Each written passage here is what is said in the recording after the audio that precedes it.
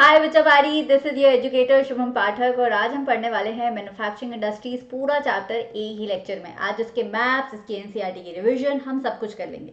Now before beginning let me tell you कि आप मुझसे इंस्टाग्राम पे भी जुड़ सकते हैं। मेरा इंस्टाग्राम हैंडल है सोशली शुभम।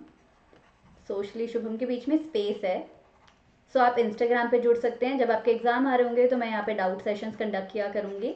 राइट, आप मुझसे टेलीग्राम पे भी जुड़ सकते हैं जहाँ पे क्विजेज हुआ करेंगे एग्जाम के दौरान। तो टेलीग्राम का लिंक भी डिस्क्रिप्शन बॉक्स में है। At the same time outcomes of democracy एक चैप्टर है जिस चैप्टर में हमें एनसीईआरटी पढ़ के जितना समझ नहीं आता उतना वीडियो देख के समझ आता है। ठीक है, इस पर्टिकुलर चैप्टर में, क्योंकि एनसीईआरटी बड़ी जम्बल्ड तरीके से लिखी है। जितनी मर्जी एनसीईआरटी पढ़ ले, हमारा जो क्वेश्चंस में जो आंसर लिखने की प्रैक्टिस है वो नहीं हो पाती है। तो इसका लेक्चर भी मैंने डिस्क्रिप्शन बॉक्स में अटैच कर दिया है। ये तीनों चीज़ों को एक्सेस आपको करना हो तो कर देना। और आज जो मैं आपको पढ़ा रही हूँ, इनफैक्ट मेरे चैनल पे जो भी बायोलॉजी के लेक्चर्स क्लास 10th के और एसएसटी के लेक्चर्स आपको मिलते हैं, सबकी पीडीएफ डिस्क्रिप्शन बॉक्स में आपको अटैच मिलती है फ्री ऑफ कॉस्ट। आपको किसी प्लेटफॉर्म पे जाके रजिस्टर कराने की जरूरत नहीं है। Just have to click on the link and you will have a PDF opened up in your devices. चलिए स्टार्ट करते हैं मैन्युफैक्चरिंग से। तो मैन्युफैक्चरिंग इंडस्ट्रीज क्या होती है? नॉर्मल फैक्ट्रीज, नॉर्मल इंडस्ट्रीज को आप मैन्युफैक्चरिंग इंडस्ट्रीज बोलते हो। आप ये छोटी क्लासेस में भी पढ़ के आए हो, आप ये सेक्टर्स ऑफ इंडियन इकोनॉमी में भी पढ़ के आए हो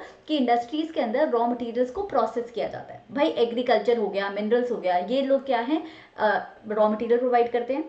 वो रॉ मटेरियल इंडस्ट्रीज में जाता है, उस पर काम किया जाता है, मैकेनिकल काम किया जाता है, फिजिकल काम किया जाता है, केमिकल काम किया जाता है ना।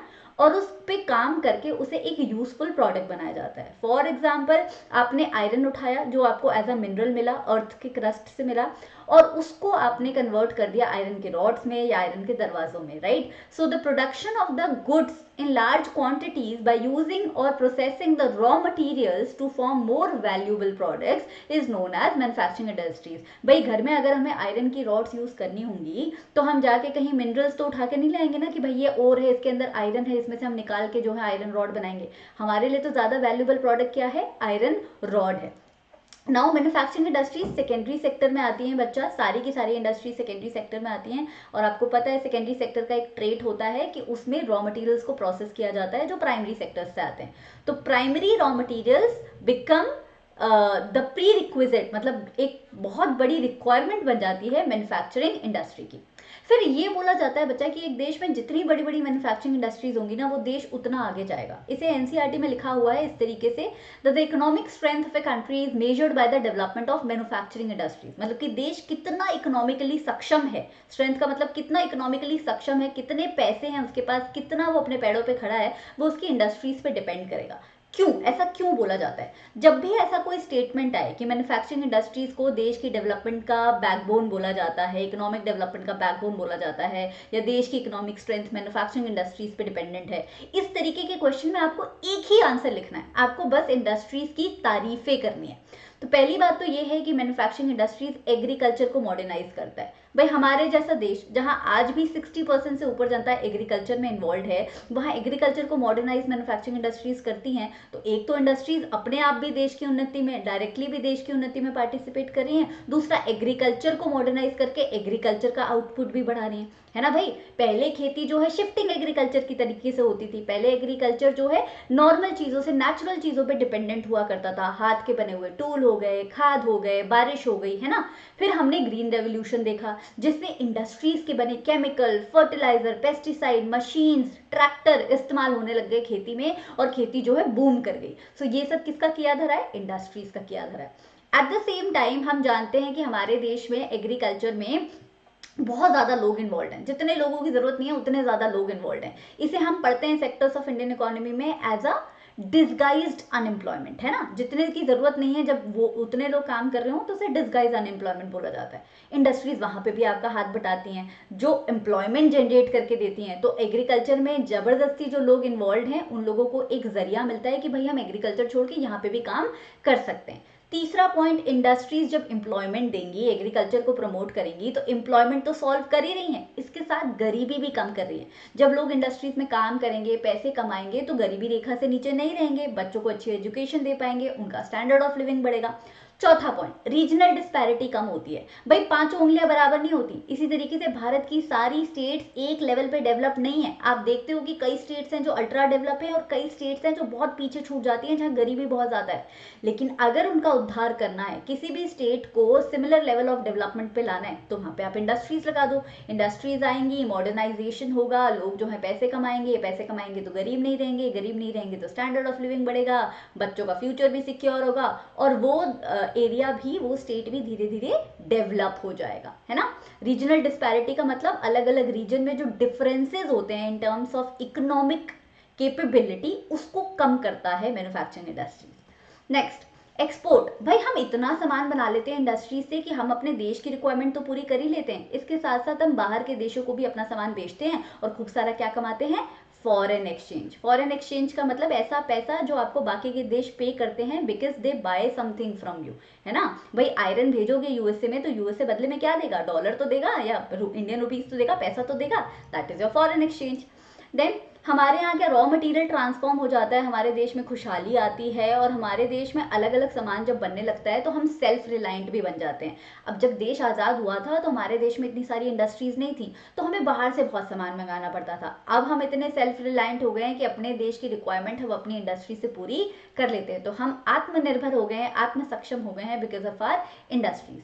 तो ये तारीफें हैं इंडस्ट्रीज की। जब भी उस तरीके का क्वेश्चन आए, आपको ये तारीफें लिखनी है। फिर एक और क्वेश्चन बनता है इस इंट्रोडक्टरी टॉपिक से, जिसका नाम है कि एग्रीकल्चर और इंडस्ट्री आपस में एक्सक्लूसिव नहीं है, आपस में इंटरडिपेंडेंट है। इसका क्या मतलब है बच्चा? एक्सक्लूसिव होता है जो एक दूसरे से अलग होता है, जिनका आपस में कोई रिलेशनशिप नहीं होता। एग्रीकल्चर और इंडस्ट्री के केस में ऐसा नहीं है ना। एग्रीकल्चर और इंडस्ट्रीज के बीच में तो बहुत घना रिलेशनशिप है। फॉर एग्जाम्पल, एग्रीकल्चर के लिए जो फर्टिलाइजर पेस्टिसाइड चाहिए वो इंडस्ट्रीज से आएगा, जो मशीन्स चाहिए, जो टूल्स चाहिए, वो इंडस्ट्रीज से आएंगी, इंडस्ट्रीज बनाएंगी। At the same time manufacturing industries, specially agro based manufacturing industries, यानी कि एग्रीकल्चर बेस्ड मैन्युफैक्चरिंग इंडस्ट्रीज के लिए जो रॉ मटेरियल चाहिए वो आपका खेतों से आएगा, है ना, एग्रीकल्चर से आएगा। तो दोनों आपस में क्या है, डिपेंडेंट है। इंडस्ट्रीज एग्रीकल्चर को सपोर्ट करती हैं, एग्रीकल्चर जो है इंडस्ट्रीज को सपोर्ट करता है। पंप से लेके, फर्टिलाइजर से लेके, पीवीसी यानी कि प्लास्टिक की जो पाइप्स होती हैं, जो भी खेती में ये सामान लगता है, आजकल मॉडर्न सामान लगता है, वो सब आपका इंडस्ट्रीज से आता है। तो they are not exclusive, they are dependent on each other, or you can say they move hand in hand, हाथ में हाथ मिला के इंडस्ट्रीज और एग्रीकल्चर चलते हैं। नाउ अगर बात करें हमारी प्रेजेंट डे इंडस्ट्रीज की, तो हम 1947 से बहुत आगे आ गए हैं, लेकिन अभी भी अगर हमें ग्लोबल स्टैंडर्ड तक जाना है तो हमें अपनी इंडस्ट्रीज को कॉम्पिटिटिव और ज़्यादा एफिशिएंट बनाना पड़ेगा।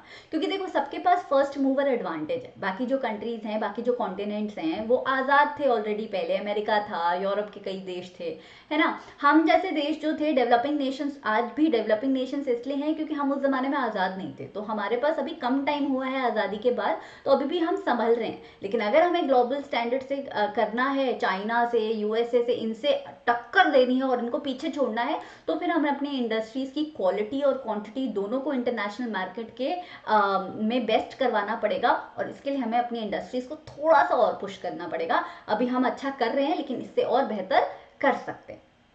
Next, contribution of industry to national economy. तो अभी तो हमने बात किया कि देश के लिए क्या अच्छी अच्छी चीजें करके देती हैं इंडस्ट्रीज। अब हम पढ़ेंगे कि ये जीडीपी में क्या कंट्रीब्यूशन होता है। तो मैं फुल स्क्रीन जा रही हूँ क्योंकि मैं आपको एक और सेंटेंस दिखाना चाहती हूँ। ये देखिए, पिछले 2 दशकों के अंदर ना मैन्युफैक्चरिंग सेक्टर, यानी कि मैन्युफैक्चरिंग इंडस्ट्रीज नहीं, मैन्युफैक्चरिंग सेक्टर मतलब कि सेकेंडरी सेक्टर का जीडीपी में जो योगदान है वो 17% पे ही रहा है। मतलब 20 सालों के अंदर कुछ तो ओवरऑल बढ़ना चाहिए था ना, लेकिन वो 17% पे अटका हुआ है। Out of a total of 27% for the industry which include 10% for mining, quarrying, electricity and gas। मतलब कि अगर 27% पूरा सेकेंडरी सेक्टर का योगदान है जीडीपी में, तो उस 27% में से 17% मैन्युफैक्चरिंग इंडस्ट्रीज का योगदान है। तो टोटल मैन्युफैक्चरिंग इंडस्ट्रीज जीडीपी में 17% योगदान दे रही है, और ये अटका हुआ है यहीं पे।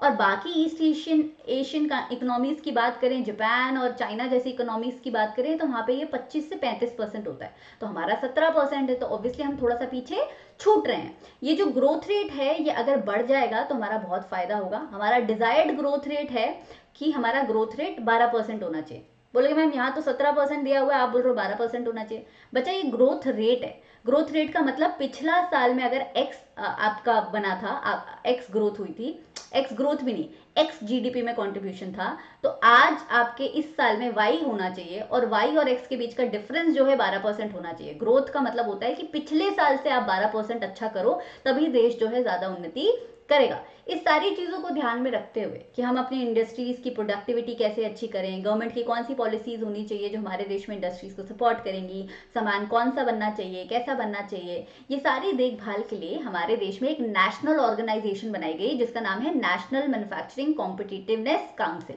एनएमसीसी। ये क्वेश्चन कई बार बोर्ड में पूछा जाता है कि एनएमसीसी बनाई क्यों गई थी, तो पता होना चाहिए आपको, इंडस्ट्रीज की ग्रोथ को दिमाग में रखते हुए बनाई गई थी ताकि हमारी इंडस्ट्रीज भी वर्ल्ड लेवल पे फेमस हो सके। नेक्स्ट, इंडस्ट्रीज की लोकेशन, बड़ा इंपॉर्टेंट टॉपिक है इंडस्ट्रीज की location.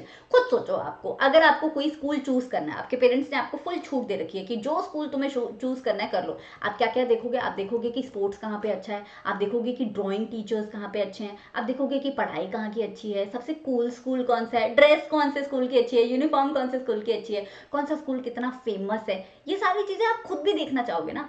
Similarly as an industrialist, जब आप कोई फैक्ट्री लगाने जाते हो, इंडस्ट्री लगाने जाते हो, तो कुछ चीज़ों का आपको ध्यान रखना पड़ता है, क्योंकि कोई छोटा मोटा डिसीजन तो नहीं है, आप पूरी फैक्ट्री लगा रहे हो, बहुत पैसा लगता है फैक्ट्री लगाने में, तो कुछ चीज़ें देखनी पड़ती हैं, जैसे कि वहाँ पे रॉ मटेरियल अवेलेबल है कि नहीं, लेबर वहाँ पे सस्ता मिल रहा है कि महंगा मिल रहा है, स्किल्ड मिल रहा है कि अनस्किल्ड मिल रहा है, कैपिटल है कि नहीं, कहीं ऐसा तो नहीं है कि बैंक वहां से इतनी दूर है कि बैंकिंग फैसिलिटी में ही जान निकल जाएगी, है ना। कैपिटल वहीं पे अवेलेबल है कि नहीं, पावर है कि नहीं, वहाँ इलेक्ट्रिक पावर रेगुलरली आता है कि बिजली बहुत जाती है, बिजली बहुत जाएगी तो डीजल का खर्चा बहुत बढ़ जाएगा भैया आपके, किसका, जनरेटर का। मार्केट पास में है कि नहीं, जो सामान आप बना रहे हो उसका मार्केट अगर बहुत दूर होगा तो आपका ट्रांसपोर्टेशन कॉस्ट बन जाएगा। इसके साथ साथ आप ये भी देखते हो कि उस स्टेट में या उस रीजन में गवर्नमेंट कितना टैक्स मांगती है, ज़्यादा टैक्स मांगेगी तो आपका ही प्रॉफिट कम होगा। तो बेसिकली एक इंडस्ट्री लगाने से पहले आप उन हर चीज़ों का ध्यान देते हो जिससे आपका प्रॉफिट मैक्सिमाइज हो पाए, आपका प्रोडक्शन का कॉस्ट सबसे कम हो पाए, ताकि आपका मैक्सिमम फायदा हो, ठीक है, just like any other industrialist. Now, again I'm gonna go full screen and explain you these two diagram which are in your book.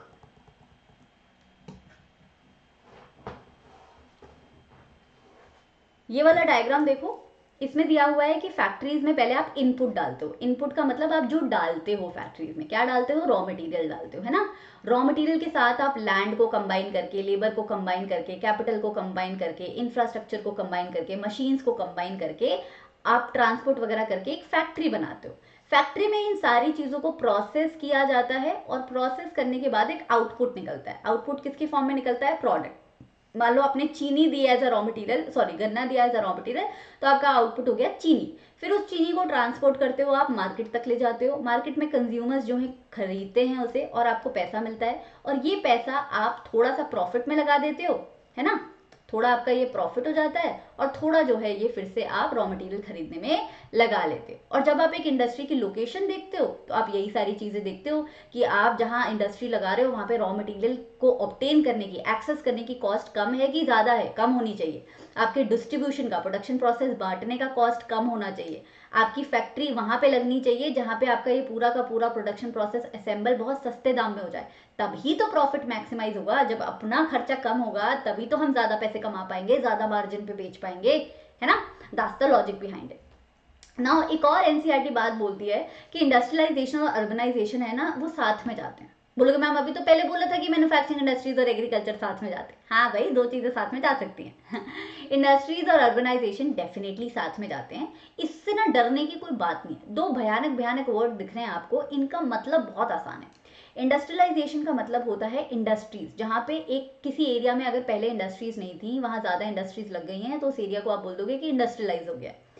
Urbanisation का मतलब होता है शहरीकरण। शहर में और गांव में क्या डिफरेंस होता है, शहर में बैंक ज्यादा होते हैं, शहर में इंश्योरेंस पॉलिसी ज्यादा होती हैं, स्कूल्स होते हैं, कॉलेजेस होते हैं, यूनिवर्सिटीज होती हैं, मॉल्स होते हैं, सिनेमा हॉल्स होते हैं, यही सब शहरीकरण होता है। तो कहने का मतलब है कि जहाँ इंडस्ट्रीज लगती हैं वहाँ शहरीकरण हो जाता है, और जहाँ शहरीकरण होता है वहाँ इंडस्ट्रीज लगना पसंद भी करती हैं। ऐसा क्यों? इंडस्ट्रीज को शहर में लगना इसलिए पसंद होता है, या शहर के आसपास लगना इसलिए पसंद होता है, क्योंकि शहरों में अच्छा ट्रांसपोर्ट मिल जाता है, अच्छे बैंक्स मिल जाते हैं, अच्छा इंश्योरेंस मिल जाता है, लेबर भी मिल जाता है, गरीब लोग शहरों में भी होते हैं तो वो लेबर का काम कर देते हैं, फिनेंशियल एडवाइस भी मिल जाती है, आपको सीएस चाहिए, अकाउंटेंट्स चाहिए, सब शहरों में मिल पाता है। ये सारी चीज़ें आपको गाँव में नहीं मिलती। ऑन दी अदर हैंड अगर एक जगह इंडस्ट्री लग जाती है ना तो धीरे धीरे वहाँ पे शहरीकरण होना शुरू हो जाता है, क्योंकि इंडस्ट्रीज लगेगी तो वर्कर्स काम करेंगे, वर्कर्स काम करेंगे तो उनके बच्चों को स्कूल जाना होगा, तो धीरे धीरे वहाँ पे स्कूल खुल जाएंगे, मॉल खुल जाएंगे, सिनेमा हॉल खुल जाएंगे और वो एरिया शहर बन जाएगा। अक्सर आपने देखा होगा बच्चा, जहाँ पे एक बड़ी फैक्ट्री लगती है ना, जैसे मैं बात करूं गुड़गांव की, नोएडा की, बैंगलोर की, ये सारी जगहें जो हैं हब बन चुकी हैं मेजर सॉफ्टवेयर टेक्नोलॉजिकल पार्क्स का। क्यों? क्योंकि वहां पे अगर इन्फोसिस लगी तो माइक्रोसॉफ्ट को लगा हमें भी ऑफिस खोल देना चाहिए, एप्पल को लगा हमें भी ऑफिस खोल देना चाहिए, गूगल को लगा हमें भी ऑफिस खोल देना चाहिए। ये सिर्फ मैं सॉफ्टवेयर की बात कर रही हूँ। सिमिलर आपको पैटर्न सारी इंडस्ट्रीज में देखने को मिलता है, जहाँ पे एक तरीके की इंडस्ट्री लगती है वहाँ पे सारी इंडस्ट्रीज को लगता है यार इस इंडस्ट्री की वजह से वहाँ पे शहरीकरण होना शुरू होगा तो हमारा भी फायदा हो जाएगा, जमीन अभी सस्ती मिल रही है यहीं पे लगा लो फैक्ट्री। इसी को बोला जाता है अर्बन एग्लोमेरेशन। अर्बन एग्लोमेरेशन का मतलब एकत्रित होना। तो जहां पे एक फैक्ट्री लगती है वहीं पे सारी फैक्ट्रीज खिंची चली आती हैं अट्रैक्ट होके, और वहां पे गट्ठर बन जाता है पूरा इंडस्ट्रीज का, बिकॉज ऑफ दिस फिनोमेना। और पुराने जमाने से हो रहा है, ये कोई नया फिनोमेना नहीं है। पुराने जमाने में जैसे पोर्ट सिटीज हुआ करती थी जहां से समंदर के रास्ते आप एक्सपोर्ट इंपोर्ट किया करते थे, जैसे मुंबई हो गया, कांडला हो गया, कोलकाता हो गया, पहले हमारे पास कराची भी था, अभी तो पाकिस्तान में चला गया, चेन्नई हो गया है ना, जब उसे मद्रास बोलते थे, कलकत्ता बोलते थे पहले। तो ये सारी जगहों पे हम इंपोर्ट और एक्सपोर्ट बहुत अच्छे से करते थे। तो ये जो शहर थे ये आज भी इंडस्ट्रियल टाउन्स या इंडस्ट्रियल सिटीज कहलाते हैं, क्योंकि उस जमाने से यहाँ पे फैक्ट्रीज आके सेटल हो गई, क्योंकि उन्हें वो बहुत ईजी पड़ता था यार, बहुत दूर दूर से आना नहीं पड़ता था। मुंबई में अगर आपकी फैक्ट्री है तो मुंबई का ही पोर्ट इस्तेमाल करके सामान भेज दो यूरोप, है ना। सो ऐसे ही चीजें डेवलप हो जाती हैं अगर कहीं पे भी कोई मेजर फैसिलिटी होती है, और इसी को बोला जाता है urban agglomeration. Now next is classification of industries. अलग अलग बेसिस पे करेंगे, दोनों चीजें इसमें इंपॉर्टेंट है, क्या तरीके से आप कैटेगराइज कर रहे हो, किस बेसिस पे कैटेगराइज कर रहे हो, और कैटेगरीज के नाम दोनों ही इंपॉर्टेंट है। इस पे भी क्वेश्चन आता है कि स्मॉल स्केल या लार्ज स्केल इंडस्ट्री किस बेसिस पे कैटेगराइज है, तो दोनों इंपॉर्टेंट है। ठीक है, let's start with the basis of raw material. Raw material की बेसिस पे आप इंडस्ट्रीज को दो पार्ट में डिवाइड कर सकते हो, agro based, mineral based. Agro based industries का जो सामान है वो एग्रीकल्चर से आता है। बच्चा याद रखना, एग्रीकल्चर और फार्मिंग में डिफरेंस होता है। फार्मिंग का मतलब है सिर्फ खेती, एग्रीकल्चर का में माइनिंग भी आ जाती है, एनिमल हस्बेंड्री भी आ जाती है, और आपकी फार्मिंग भी आ जाती है। तो ऐसी कोई भी इंडस्ट्री जिसका सामान जो है, सॉरी माइनिंग नहीं आती है, माइनिंग दूसरा है, बट एनिमल हस्बेंड्री और फार्मिंग दोनों आती है। तो ऐसी कोई भी इंडस्ट्री जिसका सामान एनिमल हस्बेंड्री या फिर खेती से आ रहा है उसे एग्रो बेस्ड बोल दोगे, जैसे बटर इंडस्ट्री, चीज industry, sugar industry, oil industry, है ना। ऑन दी अदर हैंड अगर आपकी फैक्ट्री का सामान रॉ मटेरियल जो है मिनरल से आ रहा है, किसी भी mineral, metal, non metal, doesn't matter, ठीक है, तो फिर आपकी मिनरल बेस्ड इंडस्ट्री है। Limestone, cement, copper, aluminium, iron, steel, ये सारी मिनरल बेस्ड है।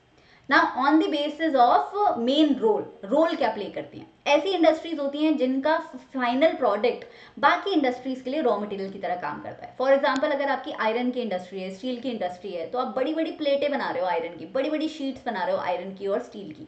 बाकी इंडस्ट्रीज उसे यूज करके दरवाजा बना सकती हैं, रेलिंग बना सकती हैं, रॉड बना सकती हैं, है ना, सरिये बना सकती हैं, कुछ भी कर सकती हैं। तो आपकी इंडस्ट्री का फाइनल प्रोडक्ट जो है बाकी इंडस्ट्रीज के लिए रॉ मटेरियल बन रहा है, तब आप कौन सी इंडस्ट्री कहलाओगे, तब आप कहलाओगे बेसिक या key industry. Basic, why basic, because your raw material, your final product is a raw material for someone else. Now consumer industries होती हैं जिनका फाइनल प्रोडक्ट डायरेक्ट कंज्यूमर तक पहुंचता है। टूथपेस्ट डायरेक्ट हम खरीदते हैं, पेपर हो गया डायरेक्ट हम खरीदते हैं, फैन डायरेक्ट हम खरीदते हैं, है ना, ये हो गया। कैपिटल इन्वेस्टमेंट मतलब कि इंडस्ट्रीज में कितना पैसा लगा है, कम पैसा लगा है तो स्मॉल स्केल इंडस्ट्री, ज्यादा पैसा लगा है तो लार्ज स्केल इंडस्ट्री। अब ये डेफिनेशन भी बदलती रहती है, पहले 1 करोड़ पे थी, 1 करोड़ से कम पैसा लगा है तो स्मॉल स्केल कहलाते थे, ज्यादा लगा है तो लार्ज स्केल कहलाते थे। अब ये डेफिनेशन बदल गई है, 20 करोड़ पे आ गई है। 20 करोड़ तक आपकी फैक्ट्री में पैसा लगा है तो स्मॉल स्केल, 20 करोड़ से ऊपर लगा है तो लार्ज में काउंट हो गया। ठीक है, तो ये डेफिनेशन सरकार बदलती रहती है। Now next is on the basis of ownership, यानी कि मालिकाना हक किसका है। पब्लिक सेक्टर इंडस्ट्रीज वो होती हैं जिनके सारे के सारे एसेट्स गवर्नमेंट कंट्रोल करती है। फॉर एग्जांपल भेल हो गया, सेल हो गया, steel authority of India limited, है ना। प्राइवेट होती है जिनके सारे के सारे एसेट्स कोई एक प्राइवेट इंसान कंट्रोल करेगा या करेगी, या फिर एक ग्रुप ऑफ प्राइवेट इंसान कंट्रोल करेंगे, लेकिन उस ग्रुप में 7-8 लोगों से ज्यादा लोग नहीं होंगे। ऐसा नहीं है कि 20-25 लोग एक साथ करेंगे प्राइवेट सेक्टर में, नहीं, थोड़े बहुत लोग होंगे, 7-8 लोग होंगे, है ना, को फाउंडर्स जैसे हो गए या को ओनर्स हो गए, तो उसे private sector. For example Tata हो गया, बजाज हो गया, डाबर हो गया, हिंदुस्तान लिवर हो गया, रिलायंस हो गया, है ना। जॉइंट सेक्टर होती है जिसमें थोड़ी सी ओनरशिप जो है प्राइवेट के हाथों में होती है, थोड़ी सी ओनरशिप पब्लिक यानी कि सरकार के हाथों में होती है। For example oil India limited, oil India limited याद कर लेना, क्योंकि इकलौता एग्जाम्पल दिया है जॉइंट सेक्टर का हमारे किताब में, और ये जॉइंट सेक्टर की अगर डेफिनेशन आ गई तो ये एग्जाम्पल के आधे नंबर कट जाएंगे, ठीक है। तो ऑयल इंडिया लिमिटेड याद कर लेना।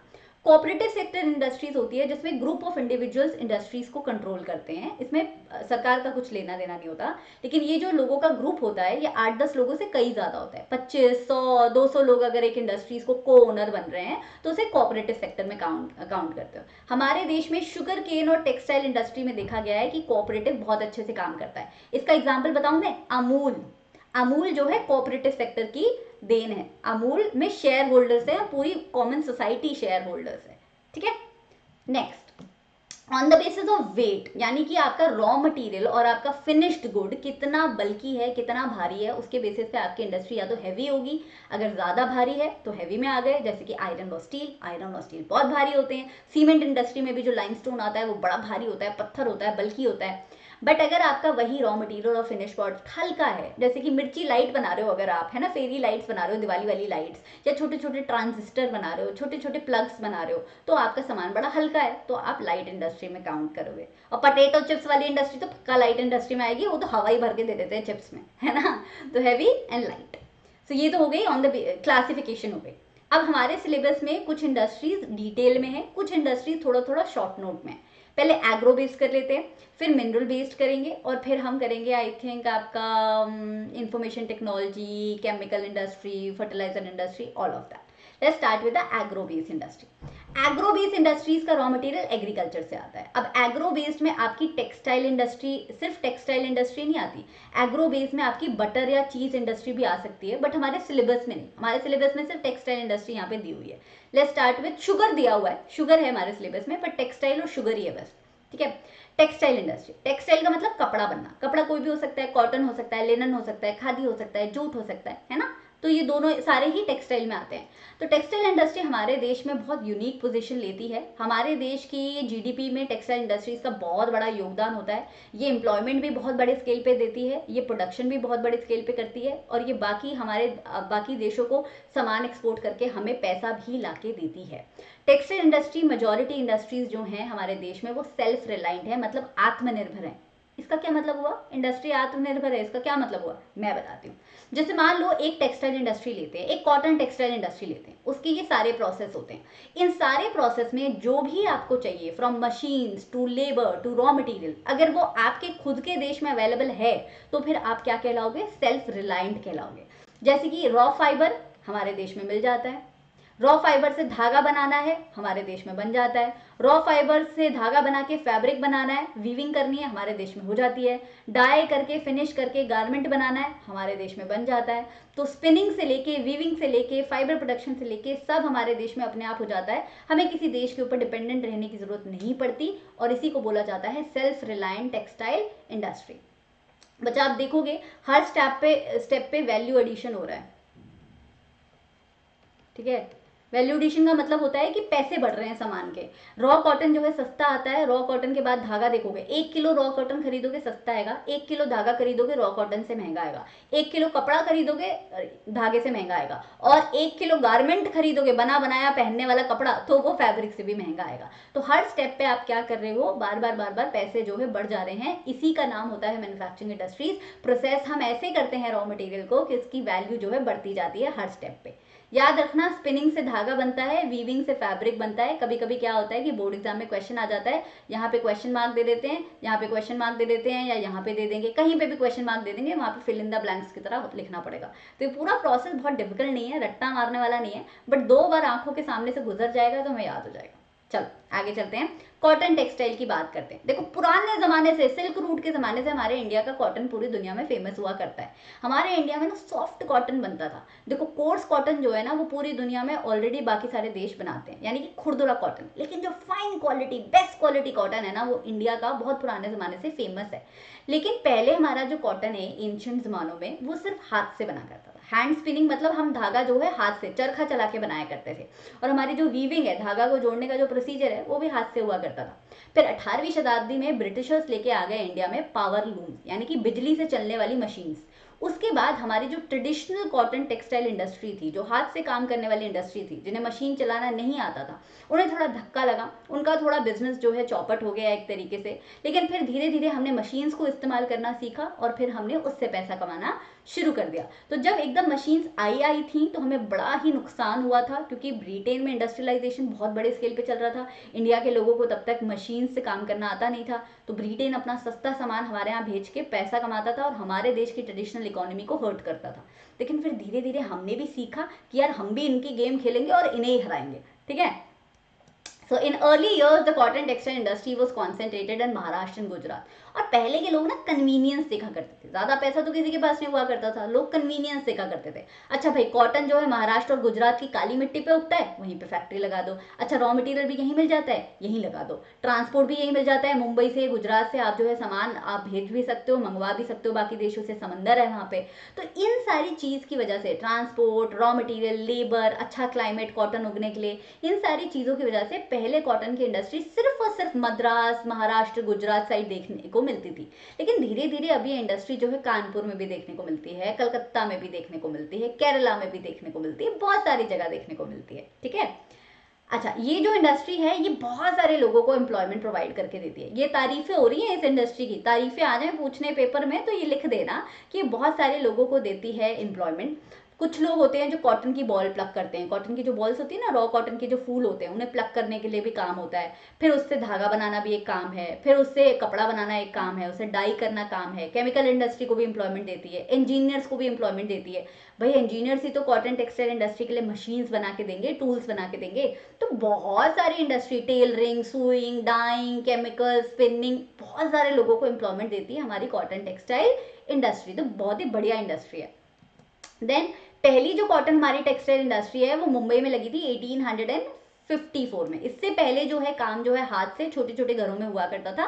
पहली जो कॉटन मिल लगी थी वो आपकी 1854 में लगी थी। और उसके बाद 2 वर्ल्ड वॉर हमने लड़ी, हमने तो नहीं लड़ी, दुनिया ने लड़ी।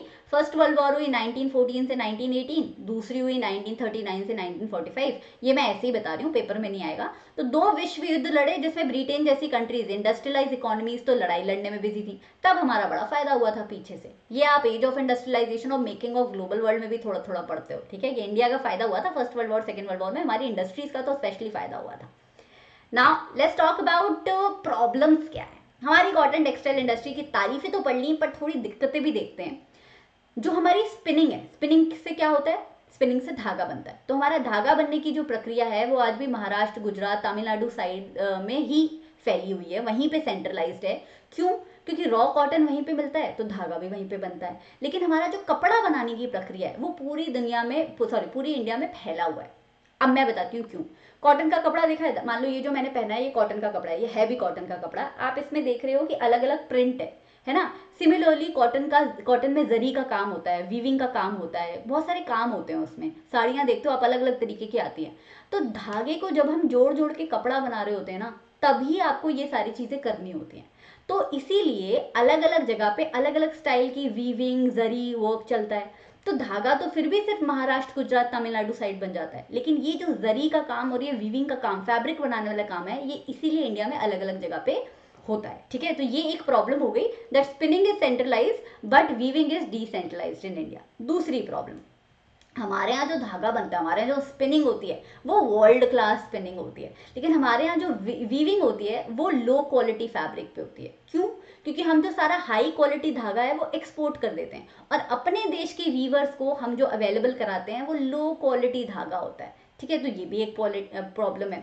हमारे यहाँ वीविंग आज भी जो है पावर से भी होती है, इलेक्ट्रिसिटी वाली मशीन से भी होती है, एट द सेम टाइम हाथ से भी की जाती है। This is not a problem, this is a feature.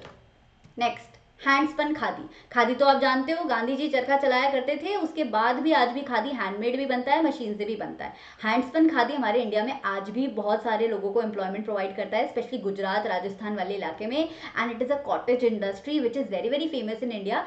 सरकार भी जो है इसे प्रमोट करने की पूरी कोशिश करती है। ये खादी भी जो है वो कॉटन से ही बनता है, कॉटन में थोड़ी सारी चीजें मिक्स करके आप खादी बनाते हो। नाउ इंडियन टेक्सटाइल ट्रेड की बात करें तो इंडिया अपना कॉटन जो है वो बहुत सारे लोगों को एक्सपोर्ट करता है, स्पेशली धागा। धागा हम जापान को देते हैं, यान, यान का मतलब धागा, हम यूएसए को देते हैं, यूके को देते हैं, रशिया को देते हैं, नेपाल को देते हैं, फ्रांस को देते हैं, लंका यानी श्रीलंका को देते हैं, सिंगापुर को देते हैं, अफ्रीकन कंट्रीज को देते हैं। हमारी स्पिनिंग मिल्स बहुत अच्छा काम करती हैं, ग्लोबल लेवल पे कम्पीट करने लायक काम करती हैं। लेकिन हमारा जो वीविंग है, जो निटिंग है, ये जो प्रोसेसिंग यूनिट्स है, ये हाई क्वालिटी यान हमारे देश में जो बनता है वो यूज़ नहीं कर पाती हैं। सस्ता यान यूज़ करती हैं तो सस्ता कपड़ा प्रोड्यूस करती हैं जिसकी वैल्यू बहुत अच्छी नहीं होती। फ्रैगमेंटेड, दूसरी प्रॉब्लम, हमारी जो कॉटन टेक्सटाइल इंडस्ट्री है ना वो टुकड़ों में बटी हुई है बच्चा, टुकड़ों में बटी हुई है। आप देखते हो कि एप्पल, एप्पल जैसी एक इंडस्ट्री है, मान लो इंडिया की नहीं है, यूएसए की है, लेकिन एप्पल एक ऐसी कंपनी है जिसने फ़ोन पे अपनी पकड़ बनाई हुई है। सिमिलरली हमारी इंडियन कॉटन टेक्सटाइल में ना कोई ऐसी ब्रांड नहीं है जिसने टेक्सटाइल इंडस्ट्री को ना चेंज कर दिया और रेवोल्यूशनाइज कर दिया। बड़े नाम नहीं है हमारी टेक्सटाइल इंडस्ट्री में, छोटे छोटे नाम है, और वो छोटे छोटे नाम देश में फैले हुए हैं, छोटी छोटी यूनिट्स में काम होता है। आज भी कंसोलिडेटेड तरीके से बड़े लेवल पे कोई एक बड़ा ब्रांड काम करके नहीं देता है। तो हमारे जो स्पिनर्स, हमारी जो इंडस्ट्री है वो फ्रैगमेंटेड है।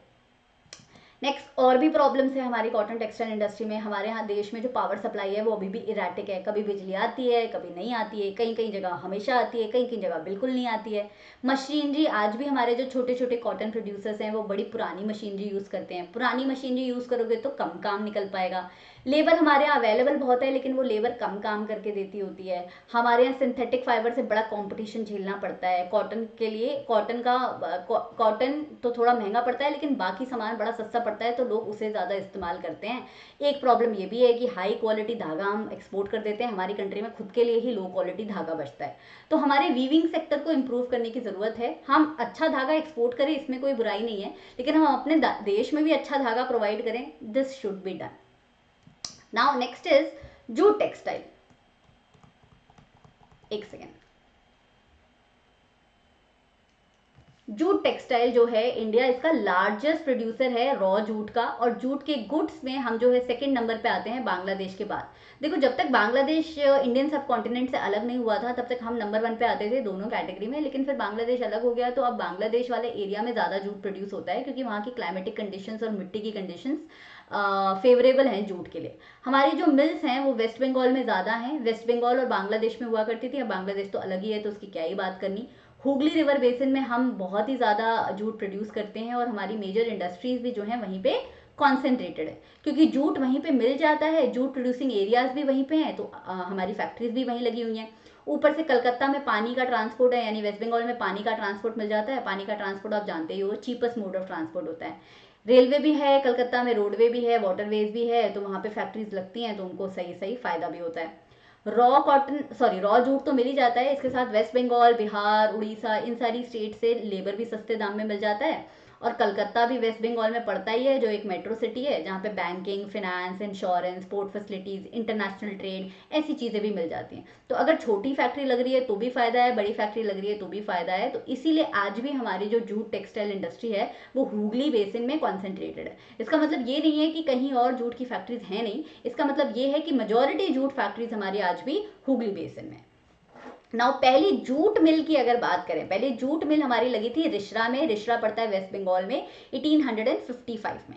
पार्टीशन के बाद हमारी जो जूट मिल है वो 3/4 हमारी जूट मिल, यानी 3/4, 75% हमारी जूट मिल बांग्लादेश चली गई, ईस्ट पाकिस्तान चली गई। अगर वो हमारे पास होती तो आज हम जूट की प्रोडक्शन में पूरी दुनिया पे राज कर रहे होते। तो this is something that we lost with Bangladesh partition, but never mind. चलिए चैलेंजेस की बात करते हैं। जूट इंडस्ट्री बड़ी अच्छी साउंड कर रही है ना, जूट कितना अच्छा लगता है देखने में, जूट का कितना बड़े बड़े सामान मिलता है, लेकिन जूट की इंडस्ट्रीज को भी बहुत कंपटीशन झेलना पड़ता है। पहली बात तो हमें बांग्लादेश से कंपटीशन है, बांग्लादेश के साथ साथ ब्राज़ील, फिलीपींस, इजिप्ट, थाईलैंड, बहुत सारी ऐसी इंडस्ट्री कंट्रीज हैं जो जूट प्रोड्यूस करती हैं बहुत बड़े स्केल पे, तो हमें उनसे कम्पीट करना पड़ता है। ऐसा नहीं है कि हम अकेले जूट प्रोड्यूस करते हैं। दूसरा, जूट महंगा पड़ता है, जूट सस्ता नहीं पड़ता। जूट की अगर आपको पैकेजिंग करनी है, सामान बनाना है, तो प्लास्टिक वगैरह से महंगा पड़ेगा। तो सिंथेटिक फाइबर से जूट को बहुत कंपटीशन होता है। फिर भी हम और एक और प्रॉब्लम ये है कि जूट से हम अभी लिमिटेड सामान बना रहे हैं। जूट का स्कोप बहुत वाइड है, हम चाहें तो डाइवर्सिफाई कर सकते हैं अपने जूट के प्रोडक्ट्स, लेकिन हम अभी बहुत कम सामान बना रहे हैं।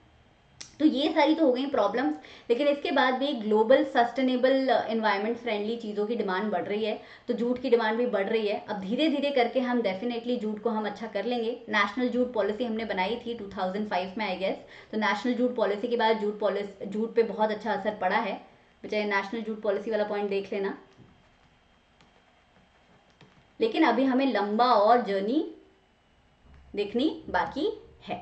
शुगर इंडस्ट्री की बात करें, ये भी एग्रो बेस्ड इंडस्ट्री में आती है। हम गन्ने से बनाते हैं चीनी। तो इंडिया की बात करें तो इंडिया सेकंड लार्जेस्ट प्रोड्यूसर है शुगर का, और पहला प्रोड्यूसर है इन टर्म्स ऑफ गुड़ एंड खंडसरी। खंडसरी और गुड़ भी गन्ने से ही बनता है। रॉ मटेरियल जो होता है शुगर इंडस्ट्री का भारी होता है, गन्ना बहुत भारी होता है। गन्ना एक गन्ना नहीं चाहिए होता है, एक गन्ना भारी नहीं होता, लेकिन गन्ना जितनी क्वांटिटी में आता है शुगर इंडस्ट्री में वो भारी होता है, तो बल्कि होता है। और हॉलेज यानी कि अगर आते आते ट्रांसपोर्ट में अगर उसे धक्के लगेंगे ना, तो उसका जो मिठास है वो कम हो जाती है, सुक्रोज कंटेंट कम हो जाता है। तो ये दोनों क्या है, प्रॉब्लम्स। लिख देती हूँ यहाँ पे। बच्चे जब प्रॉब्लम्स पढ़ रहे होते हैं तो उन्हें ये पॉइंट याद नहीं आ रहे होते हैं। शुगर इंडस्ट्री हमारी बहुत जगह फैली हुई है। उत्तर प्रदेश में है, बिहार में है, झारखंड में है, कर्नाटका में है, तमिलनाडु में है, महाराष्ट्र में है, गुजरात में है। लेकिन उसमें से 60% जो है वो उत्तर प्रदेश और बिहार वाली साइड है। क्यों? क्योंकि वहाँ पे जगह भी है, वहाँ पे लगती भी है, वहाँ पे गन्ना उगता भी है, तो इंडस्ट्री वहीं पे है। लेकिन पता है धीरे धीरे हमारी जो शुगर इंडस्ट्री है वो महाराष्ट्र वाली साइड शिफ्ट होती जा रही है। एक और प्रॉब्लम है शुगर इंडस्ट्री का,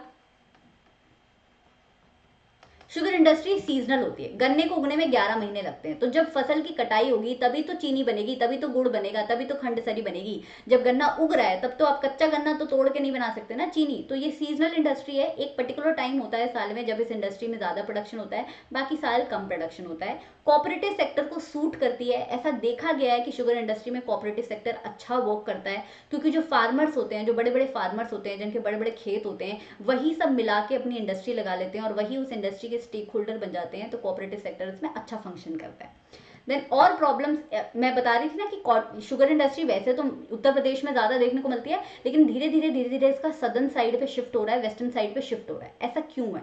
क्योंकि महाराष्ट्र में जो गन्ना मिलता है ना, उसमें उत्तर प्रदेश और बिहार के मुकाबले जो गन्ना मिलता है उससे ज्यादा मिठास होती है। सुक्रोज जो एक चीनी होती है, ग्लूकोज सुक्रोज है ना, तो सुक्रोज जो गन्ने में पाए जाने वाली चीनी होती है वो महाराष्ट्र के गन्नों में ज्यादा होती है। तो जितना ज्यादा मीठा गन्ना होगा उतना कम गन्ने में ज्यादा चीनी बन जाएगी, है कि नहीं? जितना कम मीठा गन्ना होगा उतना ज्यादा गन्ना चाहिए होगा मीठी चीनी बनाने के लिए। तो सेम लॉजिक है, कम रॉ मटेरियल में ज्यादा काम निकल के देगा अगर आप महाराष्ट्र में फैक्ट्री लगाओगे तो। ऊपर से महाराष्ट्र में थोड़ी बहुत ठंडी पड़ती है, यूपी के मुकाबले थोड़ा बहुत उसका क्लाइमेट जो है थोड़ा हल्का होता है। तो वहां पे क्रशिंग सीजन, जब आप गन्ने को पेड़ते हो, उससे जूस निकालते हो, उस सीजन में हमें ठंडक चाहिए होती है, जो महाराष्ट्र में अवेलेबल होती है। ऊपर से यूपी में कोऑपरेटिव सेक्टर अच्छा काम नहीं करता, महाराष्ट्र में कोऑपरेटिव सेक्टर अच्छा काम करता है। और सीजनल और इस इंडस्ट्री को, शुगर केन इंडस्ट्री को कोऑपरेटिव सेक्टर सूट करता है, इसीलिए महाराष्ट्र शिफ्ट हो रही है। ऐसा नहीं है कि इसे प्रॉब्लम नहीं झेलनी पड़ती, प्रॉब्लम सबको झेलनी पड़ती है, सारी इंडस्ट्रीज को। ये सीजनल है, ये एक प्रॉब्लम है। प्रोडक्शन मेथड इसका पुराना है और कॉन्सेंट्रेटेड है ये अभी उत्तर प्रदेश में, और धीरे धीरे शिफ्ट हो रही है उस side, Maharashtra side.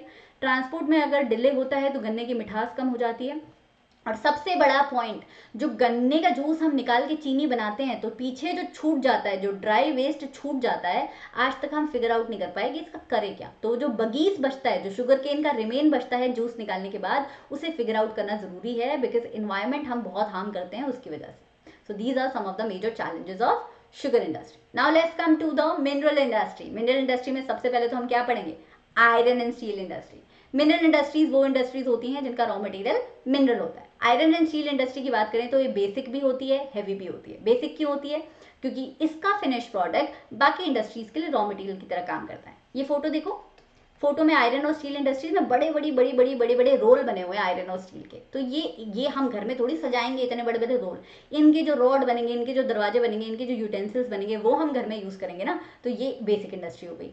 Heavy industry, क्योंकि ये सारा सामान बड़ा ही भारी होता है। मीडियम भी हो सकती है, अगर आपने ज्यादा पैसा लगाया इंडस्ट्री में तो वो हैवी इंडस्ट्री में आ जाएगी, है ना, मोर कैपिटल में आ जाएगी, लार्ज स्केल में आ जाएगी। कम पैसा लगाया है तो वो लाइट इंडस्ट्री में आ जाएगी, या फिर वो स्मॉल स्केल इंडस्ट्री पे आ जाएगी। तो दोनों ही तरीके से चलती है, बट यूजुअली जो आयरन और स्टील इंडस्ट्रीज होती हैं वो महंगी इंडस्ट्रीज होती हैं।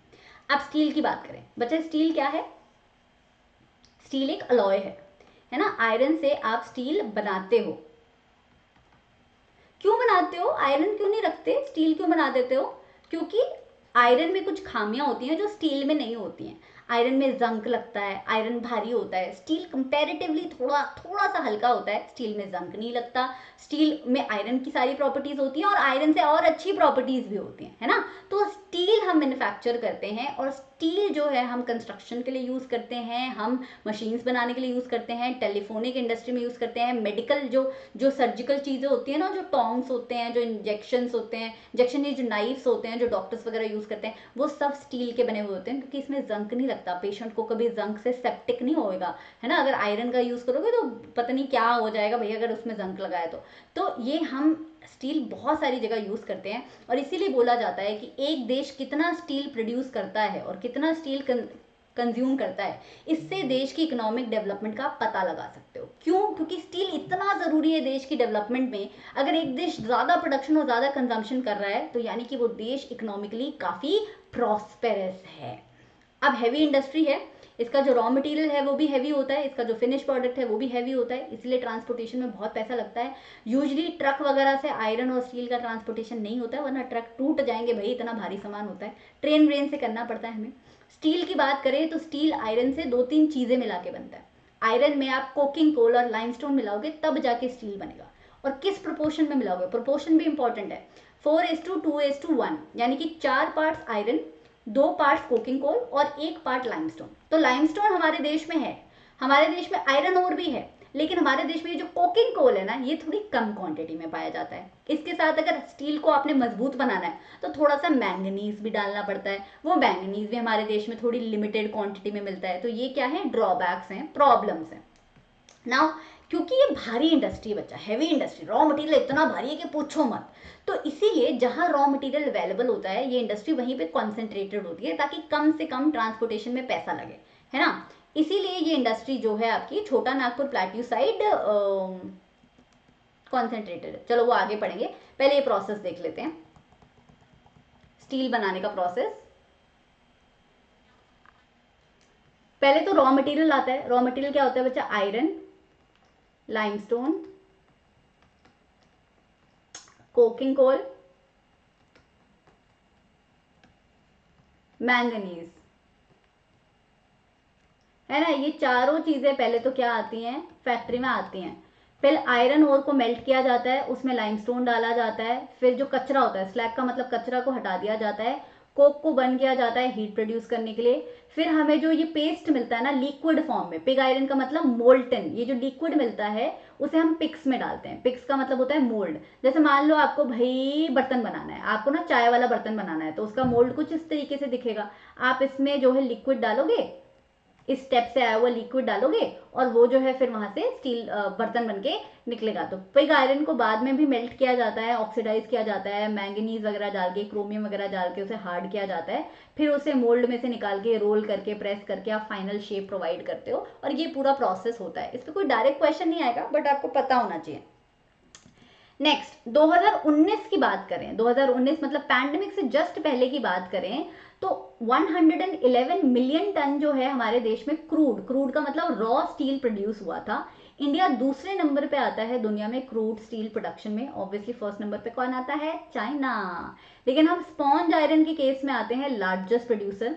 2019 में हमारी per capita consumption, per capita consumption मतलब कि पर ह्यूमन बीइंग, पर सिटीजन ऑफ इंडिया कंजम्पशन जो है स्टील की, वो सिर्फ 74.3 kg थी। अभी हमने पीछे पढ़ा कि एक देश जितना ज्यादा स्टील प्रोड्यूस करेगा और जितना ज्यादा स्टील कंज्यूम करेगा वो उतना ज्यादा इकोनॉमिकली प्रॉस्पर कहला सकता है एक तरीके से, है ना, क्योंकि स्टील इतनी जगह काम आता है। दुनिया का एवरेज है 229.3 पर पर्सन, लेकिन हमारा एवरेज है 74.3, तो हम दुनिया के एवरेज से कितना पीछे हैं, तो we have a long way to go. Mini steel plant, और अच्छा स्टील प्लांट की बात करें तो वो 2 तरीके से लग सकते हैं, कम पैसा लगाया तो मिनी स्टील प्लांट, ज्यादा लगाया तो integrated plant. Mini steel plant छोटे प्लांट्स होते हैं जिसमें 2-3 तरीके के स्टील ही बन रहे होते हैं। इंटीग्रेटेड स्टील प्लांट बड़े होते हैं और उसमें बहुत बड़े स्केल पे काम हो रहा होता है। मिनी स्टील प्लांट जो होते हैं वो छोटी छोटी चीजें गिवन स्पेसिफिकेशंस की बनाते हैं। इंटीग्रेटेड स्टील प्लांट जो है बड़े प्रोजेक्ट भी हैंडल करते हैं, छोटे प्रोजेक्ट भी हैंडल करते हैं। वहां पे जो पहला पूरा प्रोसेस पड़ा ना, ये पूरा प्रोसेस इंटीग्रेटेड में होता है। मिनी स्टील प्लांट में हो सकता है कि step number 1, step number 2, step number 3 में से कोई एक स्टेप हो रहा हो। इंटीग्रेटेड में सारे स्टेप एक साथ होते हैं बच्चा। अब बात यह आती है कि मैम हमारे देश में ये 74.3 पर कैपिटा कंजम्पशन क्यों है, हम इतना कम स्टील क्यों प्रोड्यूस कर रहे हैं। गरीबी देखी है आपने इंडिया में, कितने लोग हैं जिन्हें सर के ऊपर छत नहीं है, खाने को खाना नहीं है, वो स्टील क्या कंज्यूम करेंगे, डेफिनेटली, है ना। तो हमारे देश में पहली बात तो पावर्टी है, दूसरी बात हाई कॉस्ट है, स्टील कोई सस्ता नहीं आता है, स्टील महंगा आता है, आयरन भी महंगा आता है, लिमिटेड अवेलेबिलिटी, हमारे पास कोकिंग गोल्ड की, मैंगनीज की भी लिमिटेड अवेलेबिलिटी है, तो कितना ही स्टील बना पाएंगे। हमारे यहाँ लेबर भर भर के पड़ी हुई है, लेकिन वो लेबर जो है अच्छा काम करके नहीं दे पाती है, उसकी प्रोडक्टिविटी कम है। ऊपर से आयरन की इंडस्ट्री में, स्टील की इंडस्ट्री में, एल्यूमिनियम की इंडस्ट्री में इलेक्ट्रिसिटी का बहुत बड़ा रोल होता है। आपको आयरन को मेल्ट करना है तो आपको इलेक्ट्रिसिटी तो चाहिए, बड़ी बड़ी मशीन्स चलनी है ना, तो इसमें चाहिए बिजली। अब जितनी कम बिजली होगी उतना ज़्यादा आपका पैसा लगेगा, उतना आप ज़्यादा सोचोगे कि यार आयरन स्टील इंडस्ट्री में फैक्ट्री खोल के कोई फायदा तो है नहीं, हम कोई और फैक्ट्री खोलते हैं। So definitely regular supply of energy हमारे यहाँ नहीं है, और इंफ्रास्ट्रक्चर पुअर है, चाहे वो ट्रांसपोर्ट का इंफ्रास्ट्रक्चर हो, चाहे वो सड़कों का इंफ्रास्ट्रक्चर हो, हमारे यहाँ थोड़ा पुअर इंफ्रास्ट्रक्चर है, तो ये इंडस्ट्री थोड़ी पीछे छूट जाती है।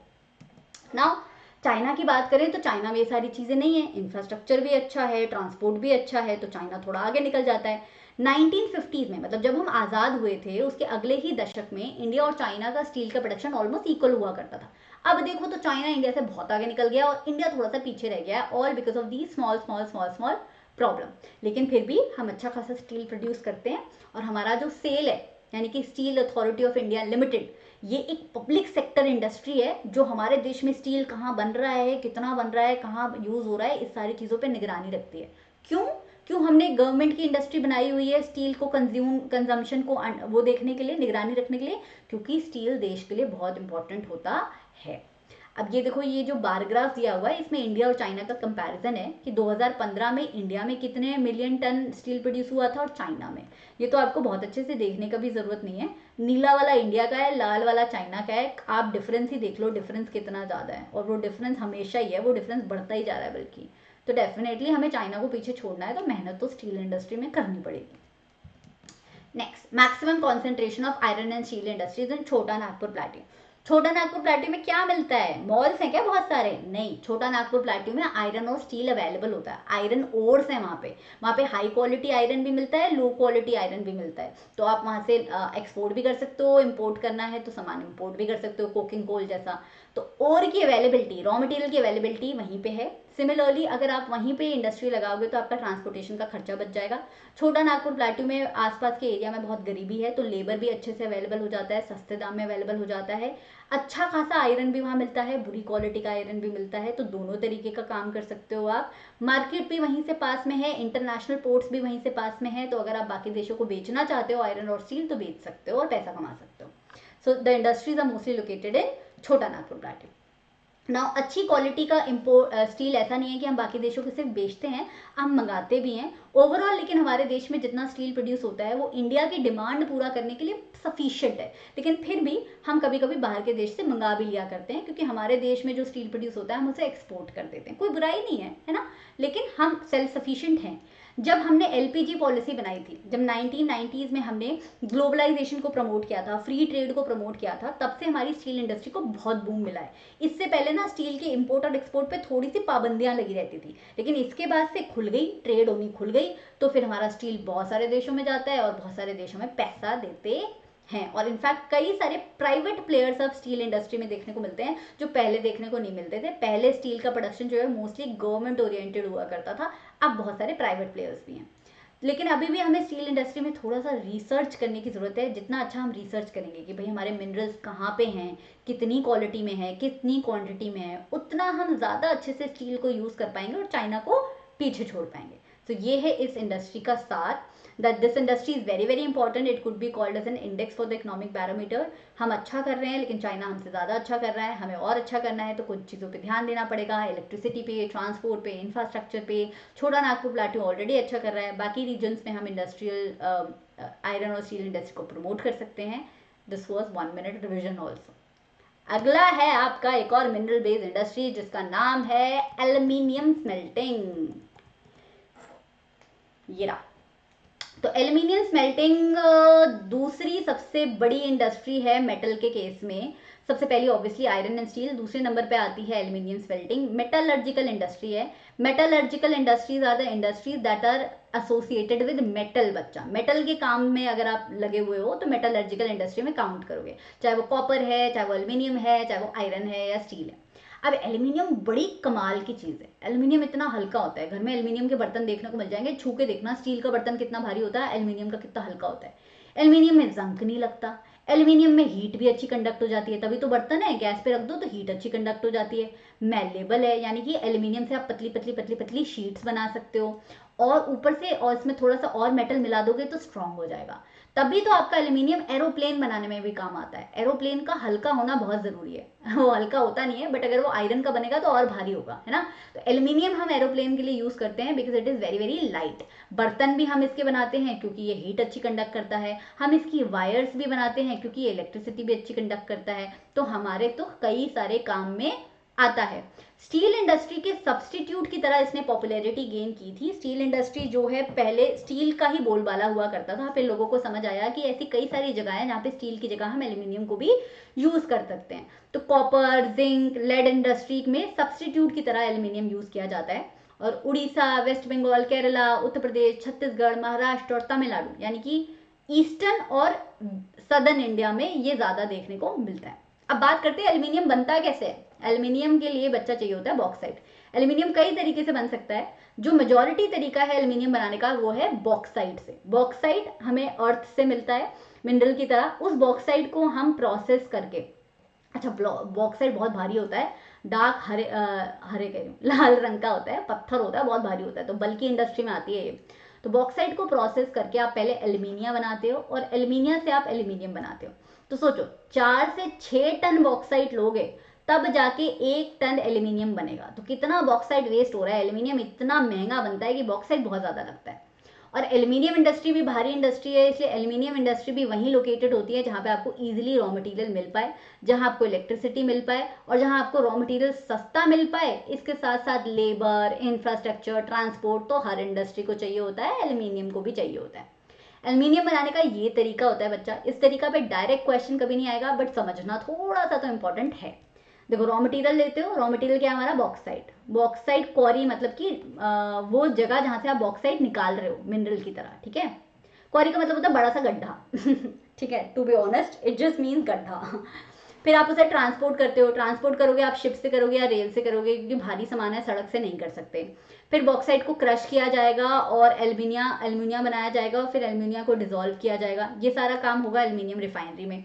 फिर ये जो डिजोल्व एल्यूमिनिया होगा, जो मोल्टन फॉर्म में होगा, आप उसे क्या करोगे, रिफाइन करोगे, थोड़ा सा रिफाइन करोगे, उसमें पेट्रोकेमिकल कोक डालोगे, फिर उसे रिफाइन कर करके डिफरेंट शेप दोगे। इस सब के लिए बहुत इलेक्ट्रिसिटी चाहिए, तो इसीलिए electricity is very very important in aluminium smelt.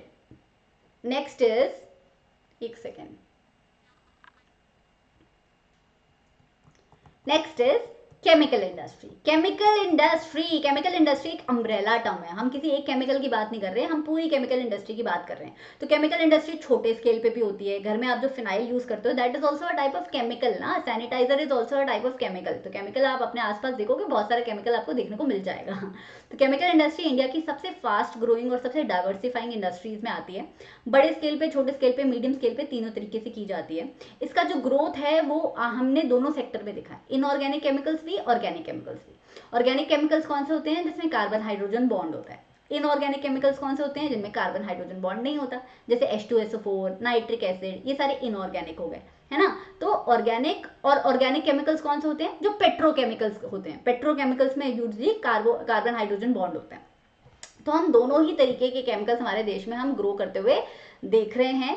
अब इनऑर्गेनिक केमिकल हमारी सिंथेटिक फाइबर की इंडस्ट्री में, यानी प्लास्टिक बनाना, टेफ्लॉन बनाना, प्लास्टिक इंडस्ट्री में, पेंट इंडस्ट्री में, अलग अलग सिंथेटिक कपड़ा बनाने में, फर्टिलाइजर में इनऑर्गेनिक केमिकल काम आते हैं। इसके साथ साथ साबुन बनाने में, डिटर्जेंट बनाने में, सैनिटाइजर बनाने में, सोडा बनाने में, बेकिंग पाउडर बनाने में भी केमिकल्स हमारे यहाँ काम आते हैं।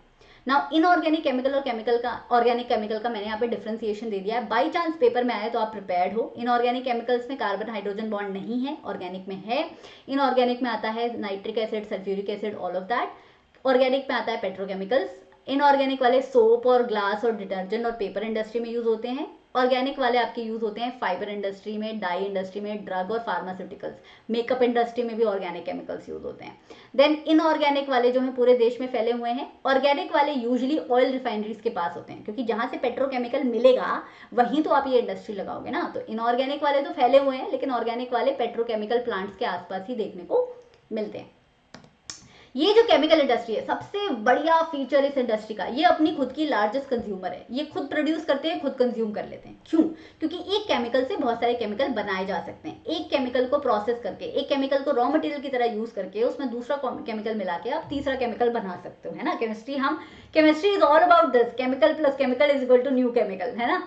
तो डेफिनेटली ये खुद को बहुत कंज्यूम करती है। इसकी इंडस्ट्रियल एप्लीकेशन भी अच्छी है। एग्रीकल्चर में जो फर्टिलाइजर्स और पेस्टिसाइड्स आपको देखने को मिलते हैं, they are also a type of chemical. So ये एग्रीकल्चर में भी काम आती है, इंडस्ट्रीज में भी। भाई पता नहीं कौन है दरवाजे पे इतनी घंटियां बजाती। इंडस्ट्रियल एप्लीकेशन भी है, एग्रीकल्चर में भी काम आता है, और डायरेक्टली कंज्यूमर के पास भी केमिकल्स जाते हैं। कुछ केमिकल्स हैं जो डायरेक्ट कंज्यूमर्स पे जाते हैं, जैसे सैनिटाइजर वगैरह हो गया, है ना, जैसे मस्किटो स्प्रे वगैरह हो गया, they are also chemical basically. Now fertilizer industry की बात करते हैं। Fertilizer industry definitely chemical industry का एक सबसेट है। ये एनसीईआरटी में लिखा नहीं है, but this is common sense, क्योंकि केमिकल इंडस्ट्री में ही काउंट होता है। बट हमने इसे अलग से इसलिए पढ़ा है क्योंकि हमारा देश कृषि प्रधान है, हम इतनी खेती करते हैं कि इसे अलग से पढ़ना जरूरी है। अब chemical industry fertilizer industry mainly 3 तरीके के फर्टिलाइजर प्रोड्यूस करती है। एक फोस्फोरस वाले, एक नाइट्रोजन वाले, और एक पोटैश वाले। और एक होता है जिसमें नाइट्रोजन, पोटैश और फोस्फोरस तीनों देखने को मिलता है।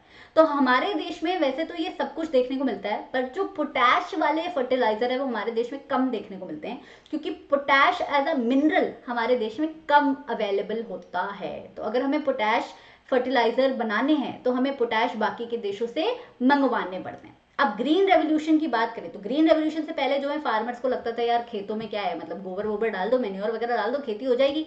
लेकिन समझ आया कि अगर गरीबी मिटानी है तो आपको फर्टिलाइजर, केमिकल, पेस्टिसाइड यूज करने पड़ेंगे, थोड़ी थोड़ी मात्रा में तो करने पड़ेंगे। तो ग्रीन रेवोल्यूशन के बाद फर्टिलाइजर इंडस्ट्री बहुत बूम की, बहुत एक्सपैंड की। इससे पहले बहुत कम फार्मर्स हुआ करते थे जो आपके फर्टिलाइजर्स को यूज करते थे। अब जो है ग्रीन रेवोल्यूशन के बाद ये इंडस्ट्री एक्सपैंड की। गुजरात, तमिलनाडु, केरला, पंजाब, हरियाणा, उत्तर प्रदेश, आंध्र प्रदेश, छत्तीसगढ़, ऐसी कोई स्टेट नहीं है जहां पे फर्टिलाइजर यूज नहीं होता। पता है कहां पे नहीं होता? ये नहीं होता है नॉर्थ ईस्ट में। नॉर्थ ईस्ट में मोस्टली जो फार्मिंग होती है वो ऑर्गेनिक तरीके से होती है। आज भी खाद वगैरह को यूज किया जाता है, फर्टिलाइजर्स को यूज नहीं किया जाता। तो बाकी ओवरऑल इंडिया में यूज होता है, नॉर्थ ईस्ट में थोड़ा कम होता है। Next is cement industry. Cement industry बच्चा मिनरल बेस्ड है कि एग्रो बेस्ड है? मिनरल बेस्ड है जी। सीमेंट इंडस्ट्री कंस्ट्रक्शन एक्टिविटी में आप जानते हो सीमेंट का कितना बड़ा रोल है। कई कम सीमेंट लगाओगे तो बिल्डिंगें ढह जाएंगी। बिल्डिंग भी बनती है, फैक्ट्रीज भी बनती है, ब्रिजेस भी बनती हैं, रोड्स भी बनती हैं, डैम्स भी बनती हैं, रेलिंग भी बनती है। भाई सीमेंट का तो बहुत बड़ा रोल है। देश का पूरा इंफ्रास्ट्रक्चर सीमेंट पे टिका हुआ है। और सीमेंट का जो रॉ मटेरियल है ना, बड़ा बल्कि आता है, बहुत ही हैवी आता है। बोलोगे मैम सीमेंट तो पाउडर होता है। सीमेंट पाउडर होता है, लेकिन सीमेंट का पाउडर बनता कैसे है? लाइमस्टोन का चूरा करके, सिलिका, जिप्सम का चूरा करके। तो ये तो बड़े बड़े पत्थर हैं, इन पत्थरों को इलेक्ट्रिसिटी वाली मशीन्स में डाल के चूरा बनाना पड़ता है, वही चूरा होता है आपका सीमेंट। तो बहुत ज्यादा पोल्यूशन क्रिएट करती है सीमेंट इंडस्ट्री। कोल भी चाहिए होता है और इलेक्ट्रिक पावर भी चाहिए होती है। अगर आप कोल से चला रहे हो तो आपको कोल चाहिए, या इलेक्ट्रिक पावर का इस्तेमाल करके उसका चूरा बना रहे हो तो वो चाहिए। ऊपर से एक पैकेट सीमेंट थोड़ी बनाओगे, खूब सारे सीमेंट बनाओगे तो रेल ट्रांसपोर्ट से वो सारा सीमेंट आपको ट्रांसपोर्ट भी करना पड़ेगा। सिर्फ ट्रकों से काम नहीं चलेगा, सीमेंट बहुत बड़ी क्वांटिटी में बनता है। तो ये इंडस्ट्री स्ट्रेटेजिकली वहीं लोकेटेड होती है जहां आपको लाइमस्टोन, सिलिका और जिप्सन अवेलेबल हो। और लाइमस्टोन, सिलिका, जिप्सन मिलता है बच्चा राजस्थान एंड गुजरात। ठीक है, याद रखना है, राजस्थान एंड गुजरात। तो यहीं पे ये इंडस्ट्रीज लोकेटेड है। और हमारा जो सीमेंट है हम बहुत सारी गल्फ कंट्रीज में भेजते हैं, अफ्रीका में भेजते हैं, साउथ एशिया में भेजते हैं, सिंगापुर इंक्लूडेड। यूरोप में भी जाता है, थोड़ा कम जाता है। तो हमारा यहाँ का सीमेंट बहुत सारे देशों को पसंद आता है। सीमेंट इंडस्ट्री वैसे तो बहुत पहले से चली आ रही है, लेकिन जो पहला सीमेंट का प्लांट लगा था हमारे यहाँ वो चेन्नई में लगा था 1904 में।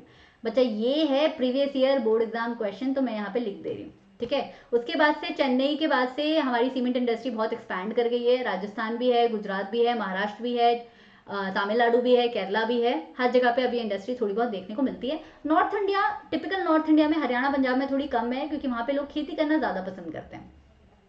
ये इंडस्ट्रीज बहुत ज़्यादा प्रोडक्शन करती है, वो प्रोडक्शन हम एक्सपोर्ट करके देश के लिए बहुत सारा पैसा कमाते हैं, एम्प्लॉयमेंट जनरेट होती है, और हम अपने घर की डिमांड भी पूरी कर लेते हैं। घर में जितना सीमेंट, यानी इंडिया में जितना सीमेंट चाहिए, और बाहर की डिमांड भी पूरा कर लेते हैं। तो हम बहुत सक्षम हैं सीमेंट इंडस्ट्री में।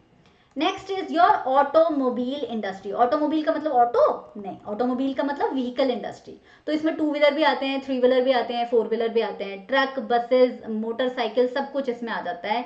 सब तरीके के यूटिलिटी व्हीकल्स ऑटोमोबाइल इंडस्ट्री में आते हैं। हम इसे सामान के लिए भी यूज करते हैं, हम इसे पैसेंजर्स के लिए भी यूज करते हैं, है ना। तो लिबरलाइजेशन के बाद, यानी कि ग्लोबलाइजेशन जब हमने प्रमोट किया 1990 के दशक में, 1991 में टू बी प्रोसाइज, जब हमने लिबरलाइजेशन किया, तो उसके बाद, उससे पहले क्या होता था कि इंडिया पे इंडिया की बनी हुई व्हीकल ही देखने को मिलते थे, मारुति हो गई, एम्बेसडर हो गई, इस तरीके के। लेकिन जब हमने बाहर की ब्रांड्स को इंडिया में आने को देखा, तो अब हम देखते हो कि फिएट भी देखने को मिलती है, ऑडी भी देखने को मिलती है, रॉल्स रॉयस भी देखने को मिल जाएगी, फरारी भी देखने को मिल जाएगी, है ना, होंडा भी देखने को मिल जाएगी। तो तब से हमारी जो कार्स और जो हमें व्हीकल्स जो सड़कों पे देखने को मिलते हैं, वो अलग अलग ब्रांड्स के देखने को मिलते हैं, और ये इंडस्ट्री काफ़ी अच्छी ग्रो की है। भाई जैसे जैसे लोग अमीर हुए हैं, उनका स्टैंडर्ड ऑफ लिविंग बढ़ा है, स्टैंडर्ड ऑफ लिविंग बढ़ा है, तो वो साइकिल क्यों चलाएंगे, वो बाइक चलाएंगे, बाइक क्यों चलाएंगे, गाड़ी चलाएंगे, गाड़ी क्यों चलाएंगे, बड़ी गाड़ी चलाएंगे। तो धीरे धीरे लोगों ने ज़्यादा ऑटोमोबाइल खरीदने शुरू किए। लेकिन फिर भी गांव के जो लोग होते हैं, वो थोड़ा सा गरीब सेक्शन ऑफ सोसाइटी को बिलोंग करते हैं, तो वो बड़ी बड़ी गाड़ियां अफोर्ड नहीं कर पाते, व्हीकल अफोर्ड नहीं कर पाते। ऊपर से गांव का लाइफस्टाइल, रहना सहने का अलग ढंग होता है, लोग पैदल चलना बहुत पसंद करते हैं वहाँ पे, या साइकिल चलाना बड़ा पसंद करते हैं। तो आज भी ऑटोमोबाइल इंडस्ट्री शहरों में कॉन्सेंट्रेटेड है, क्योंकि शहरों में लोगों के पास परचेज करने की पावर होती है, तो वहीं पे ये होती है। जैसे चेन्नई हो गया, मुंबई हो गया, दिल्ली हो गया, नोएडा हो गया, लखनऊ हो गया, कैलकाटा यानी कोलकाता हो गया, हैदराबाद हो गया, जमशेदपुर हो गया। तो ये सारे बड़े बड़े शहर हैं, है ना। तो 1st year, 2 year, 3 year cities में ऑटोमोबाइल इंडस्ट्री देखने को मिलती है। अब गाँव में थोड़ी कम है, गाँव में है ही नहीं एक्चुअली।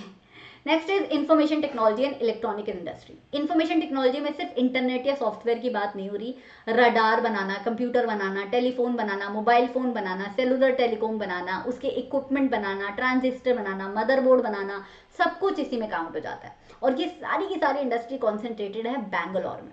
बैंगलोर के अलावा भी इंफॉर्मेशन टेक्नोलॉजी के पार्क्स हैं, लेकिन बैंगलोर जितना बड़ा कोई नहीं है। इसके बाद अगर है तो नोएडा है, गुड़गांव है, हैदराबाद है, पुणे है, चेन्नई है, लखनऊ है, लखनऊ थोड़ा छोटा ही है, कोयम्बटूर है। लेकिन सबसे बड़ा कौन है, electronic city of India, silicon valley of India, Bangalore. ठीक है, बैंगलोर को इलेक्ट्रॉनिक सिटी और सिलिकॉन वैली ऑफ इंडिया बोलते हैं, याद रखना, बोर्ड एग्जाम में आया हुआ है। तो धीरे धीरे हम इसमें भी ग्रो कर रहे हैं, हम हार्डवेयर में भी ग्रो कर रहे हैं, हम सॉफ्टवेयर में भी ग्रो कर रहे हैं, हमारा आईटी सेक्टर बूम कर रहा है, हम पूरी दुनिया में नाम कमा रहे हैं। आजकल आप देखते ही हो, जितनी टेक बड़ी बड़ी कंपनियां हैं, गूगल से लेके और सारी टेक कंपनीज, उन सबके सीईओ कौन है, भारत के लोग हैं। तो हम नाम कमा रहे हैं भाई, है ना, काफ़ी आगे जाएंगे अब। Next, industrial pollution and environmental degradation. देश के लिए इंडस्ट्रीज कितनी ज़रूरी हैं, कितनी अच्छी हैं, कितना पैसा कमा के देती हैं, सब तो पढ़ लिया। कितना पोल्यूशन कमा के देती हैं, ये ना पढ़े क्या नेगेटिव बातें पढ़े ही ना, बिल्कुल पढ़नी चाहिए। हम जब तक पढ़ेंगे नहीं, तब तक हमें समझ नहीं आएगा, तब तक हम इसके बारे में कुछ करेंगे नहीं। तो हमारी इंडस्ट्रीज पोल्यूशन बहुत बड़े लेवल पे क्रिएट करती हैं। एयर पोल्यूशन, हवा यानी वायु पोल्यूशन क्रिएट करती हैं, पानी का पोल्यूशन करती हैं, मिट्टी पोल्यूट करती हैं, लाइट प्रोड्यूस करती हैं, बहुत ज़्यादा लाइट होती है तो उससे भी प्रॉब्लम बढ़ती है। नॉइज़ पोल्यूशन यानी कि ध्वनि पोल्यूशन होता है, थर्मल पोल्यूशन होता है, रेडियो एक्टिव पोल्यूशन होता है। ये सारे हमारे सिलेबस में नहीं है। हमारे सिलेबस में है air, water, noise and thermal. I think soil भी है, देखते हैं आगे होगा तो पढ़ा दूंगी। भोपाल गैस ट्रेजेडी का बात करते हैं। भोपाल गैस ट्रेजेडी के बारे में पढ़ना, 3 दिसंबर 1984 को हुआ था। आज तक हमारे इंडिया में इसका असर देखने को मिलता है। भोपाल में एक फैक्ट्री थी जहां से गैस का लीक हो रहा था। उस गैस लीक के बारे में वर्कर्स ने फैक्ट्री ओनर्स को इन्फॉर्म वगैरह पहले किया था, लेकिन फैक्ट्री ओनर्स ने उसके बारे में कुछ किया नहीं। और देखते ही देखते एक रात को वो गैस इतनी लीक हो गई कि वहाँ पे कितने सारे लोग मारे गए, और कितनी सारी प्रेग्नेंट औरतों के जो बच्चे पैदा हुए वो भी मरे हुए पैदा हुए थे। तो मतलब इतना ज़्यादा भयानक था भोपाल गैस ट्रेजेडी। अब पढ़ना इसके बारे में कभी। मिथाइल आइसोसाइनेट नाम की गैस लीक हो गई थी, और उस गैस जिसने वो गैस सूंघी, क्योंकि लोग सो रहे थे, रात को हुआ था, तो लोग सो रहे थे, रात ही रात लोगों की डेथ हो गई, सोते सोते ही डेथ हो गई। तो दिस इज बेसिकली जीता जागता एग्जाम्पल कि अगर इंडस्ट्रीज को काबू में रखा नहीं जाएगा तो इंडस्ट्रीज तो अपना सिर्फ फायदा देखेंगी। भाई हमने फैक्ट्री लगाई है, फैक्ट्री वाले देखते हैं कि हमारा पैसा कैसे डबल हो जाए। लेकिन वो बाकी लोगों का ख्याल नहीं रखते हैं, इसलिए गवर्नमेंट को इसके बारे में कुछ करने की ज़रूरत है। तो पहले हम पोल्यूशन किस किस तरीके के होते हैं वो पढ़ेंगे, और फिर इसके बारे में क्या कर सकते हैं वो पढ़ेंगे। Air pollution. एयर पोल्यूशन जो है, अनडिजायरेबल गैसेस जब एयर में ज़्यादा कॉन्सेंट्रेशन में पाई जाने लगती हैं, carbon monoxide, carbon dioxide, sulphur dioxide, nitrogen dioxide, ऐसी हवाएं जो ऑलरेडी एटमॉस्फेयर में हैं, लेकिन जब इनका कॉन्सेंट्रेशन एटमॉस्फेयर में बढ़ जाता है तो आप इन्हें एयर पोल्यूशन में काउंट कर लेते हो। एयर पोल्यूशन सॉलिड चीज़ों से भी हो सकता है, लिक्विड चीज़ों से भी हो सकता है, स्प्रे से भी हो सकता है, स्मोक से भी हो सकता है। Smoke is emitted by chemical. अब स्मोक की बात करें, धुएं की बात करें, तो केमिकल और पेपर इंडस्ट्री और भट्टियां जहाँ पे ईंटें बनती हैं, वहां पे ये सबसे ज्यादा स्मोक पोल्यूशन देखने को मिलता है। इनफैक्ट जब आप फॉसिल फ्यूल बर्न करके एनर्जी जनरेट करने की कोशिश करते हो तब भी बहुत ज्यादा स्मोक क्रिएट होता है, और ये फैक्ट्रीज और ये इंडस्ट्रीज इस स्मोक को बिल्कुल नजरअंदाज कर देती हैं। टॉक्सिक गैस लीक्स हो जाते हैं, such as Bhopal gas tragedy. Bhopal gas tragedy जैसे और भी गैस लीक्स हुए हैं, लेकिन इतने बड़े स्केल पे इतना भयानक टच वुड अभी तक कुछ और नहीं हुआ है। अब ये जो एयर पोल्यूशन है, ये सिर्फ इंसानों को ही हार्म नहीं करता, ये एनिमल्स को भी करता है, प्लांट्स को भी करता है, पूरे एटमॉस्फेयर, पूरे वातावरण को हार्म करता है। ताजमहल पीला पड़ रहा है, क्यों? क्योंकि एसिड रेन हो रही है। एसिड रेन क्यों हो रही है? क्योंकि हवा में SO2 और NO2 ज्यादा हो गया है ना। ये हम छोटी क्लासेस से पढ़ते हुए आ रहे हैं। तो air pollution is a hazard for the entire environment, not just human beings. Next is water pollution. Water pollution दोनों तरीके के वेस्ट से होता है, ऑर्गेनिक वेस्ट से भी होता है, इनऑर्गेनिक वेस्ट से होता है। कई वेस्ट होता है जो पानी में डिजोल्व हो जाता है, पानी की क्वालिटी को खराब कर देता है। कई वेस्ट होता है जो सॉलिड वेस्ट होता है, जैसे प्लास्टिक की कैन छोड़ दिया आपने, मिल्क का पैकेट पानी में छोड़ दिया, कपड़े धो लिए, राइट। तो कई पानी में डिजोल्व हो जाता है, कई जो है पानी में आपको देखने को मिलेगा, लेकिन उस पानी में आप जाओगे नहीं ना जिसमें कचरा तैर रहा है। सो अलग अलग तरीके का वेस्ट पानी में देखने को मिलता है। Paper industry, chemical industry, human waste, textile industry, petrochemical, tanneries यानी कि जहाँ पे चमड़े का काम होता है, electroplating industries, detergent industries, almost सारी metal industries, pesticide, fertilizer, synthetic industries, रबड़ इंडस्ट्री, जूट इंडस्ट्री, ऑलमोस्ट सारी इंडस्ट्रीज किसी ना किसी तरीके का पानी प्रदूषित करती हैं। ये क्या करती हैं? जो इनका गंदा पानी होता है बिना उसे ट्रीट किए हुए नदियों में, समंदर में छोड़ देती हैं, और इससे क्या होता है? खराब होता है पानी। फ्लाई ऐश, जिप्सो, फोस्फोजिप्सम, आयरन और स्टील इंडस्ट्री इस तरीके से पानी को पोल्यूट करती है। Next is thermal pollution. Thermal pollution का मतलब है गर्म पानी नदियों में और लेक्स में छोड़ना। देखो, पानी अगर आप गंदी क्वालिटी का छोड़ रहे हो तो डेफिनेटली उससे पानी की क्वालिटी खराब हो रही है, लेकिन अगर आप गर्म पानी छोड़ रहे हो तो उससे पानी का टेम्परेचर भी डिफर कर रहा है, और बहुत गर्म पानी है तो पानी में रहने वाले जीव जंतु क्या करेंगे? मर जाएंगे। तो एक्वाटिक लाइफ को बहुत हार्म पहुंचता है थर्मल पोल्यूशन से, क्योंकि पानी की क्वालिटी भी खराब होती है और पानी का टेम्परेचर भी बहुत ज़्यादा होता है। Nuclear power plant, thermal power plant से जो पानी छोड़ा जाता है उसमें इम्प्योरिटीज भी होती हैं और वो पोल्यूटेड भी होता है। 1 सेकेंड, 1 सेकेंड।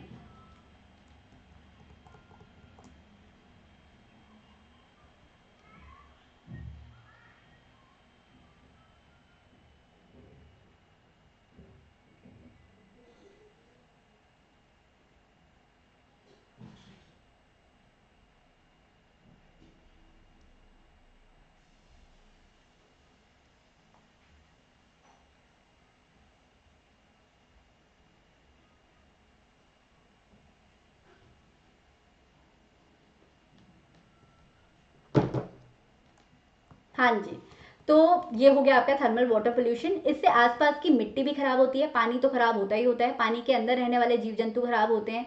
ये जो ग्लास इंडस्ट्री होती है हार्मफुल केमिकल्स छोड़ती रहती है, पैकेजिंग मटेरियल छोड़ते रहते हैं। ह्यूमन वेस्ट कितना करते हैं यार, ये जो पूजा स्थान होते हैं यहाँ पे कितना सारा कचरा होता है जो हम वहीं पे नदियों में फेंक देते हैं। तो गार्बेज प्रोड्यूस करके हम लोग नदियों को पोल्यूट करते हैं। रेन वाटर जो सॉइल तक पहुंचता है, वो रेन वाटर इतना एसिडिक होता है कि वो ग्राउंड पे जो पड़ा हुआ कचरा होता है, पहली बात तो रेन वाटर ही बहुत एसिडिक है, दूसरा ग्राउंड पे आपने सॉलिड कचरा रखा हुआ है या डस्ट के फॉर्म में कचरा रखा हुआ है, बारिश का पानी आया, बारिश का पानी वो कचरा मिला के सारा कचरा ले गया ग्राउंड वाटर में, तो ग्राउंड वाटर भी पोल्यूट हो गया। तो थर्मल पोल्यूशन से आप मिट्टी पोल्यूट कर रहे हो, पानी पोल्यूट कर रहे हो, ग्राउंड वाटर पोल्यूट कर रहे हो, मतलब एक पोल्यूशन और 3 उसके कॉन्सिक्वेंसेस।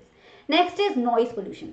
आपने कभी देखा है बस में, ट्रेन में कई लोग अंकल आंटीज होते हैं या बच्चे होते हैं जो मोबाइल पे कुछ देख रहे होते हैं और ईयरफोन्स लगाने की जहमत नहीं उठाते हैं। हमें लगता है कि बच्चा है देख रहा है तो क्या हो गया, अंकल हैं फोन यूज कर रहे हैं तो क्या हो गया, फुल वॉल्यूम पे कर रहे हैं तो क्या हो गया, बट वो देख रहे हैं फोन में कुछ, हम अगर नहीं देख रहे हैं तो हमारे लिए वो नॉइस है, अनवांटेड आवाज नॉइस होती है बच्चा। कई सारे लोग इस बात को नहीं समझते हैं, तो ईयरफोन्स का इस्तेमाल कर लेना चाहिए। इनफैक्ट जिनके घर रेलवे स्टेशन के पास होते हैं या कंस्ट्रक्शन साइट पे होते हैं, वहाँ पे खर्र खर्र खर्र कोई ना कोई आवाज़ आती रहती है, उससे धीरे धीरे आपके मन में घबराहट बढ़ती है, आपकी हार्ट बीट बढ़ती है, ब्लड प्रेशर बढ़ता है, और इस सारी चीज़ों से धीरे धीरे धीरे धीरे आपका मानसिक संतुलन भी बिगड़ता है। तो आप धीरे धीरे धीरे धीरे धीरे धीरे ज़्यादा इरिटेटेड रहने लगते हो, आपको ज़्यादा गुस्सा आने लगता है, आपको ज़्यादा अनॉय होने लगते हो, आपके बच्चों पे असर पड़ता है, फैमिलीज पे असर पड़ता है, ये सब कुछ होता है।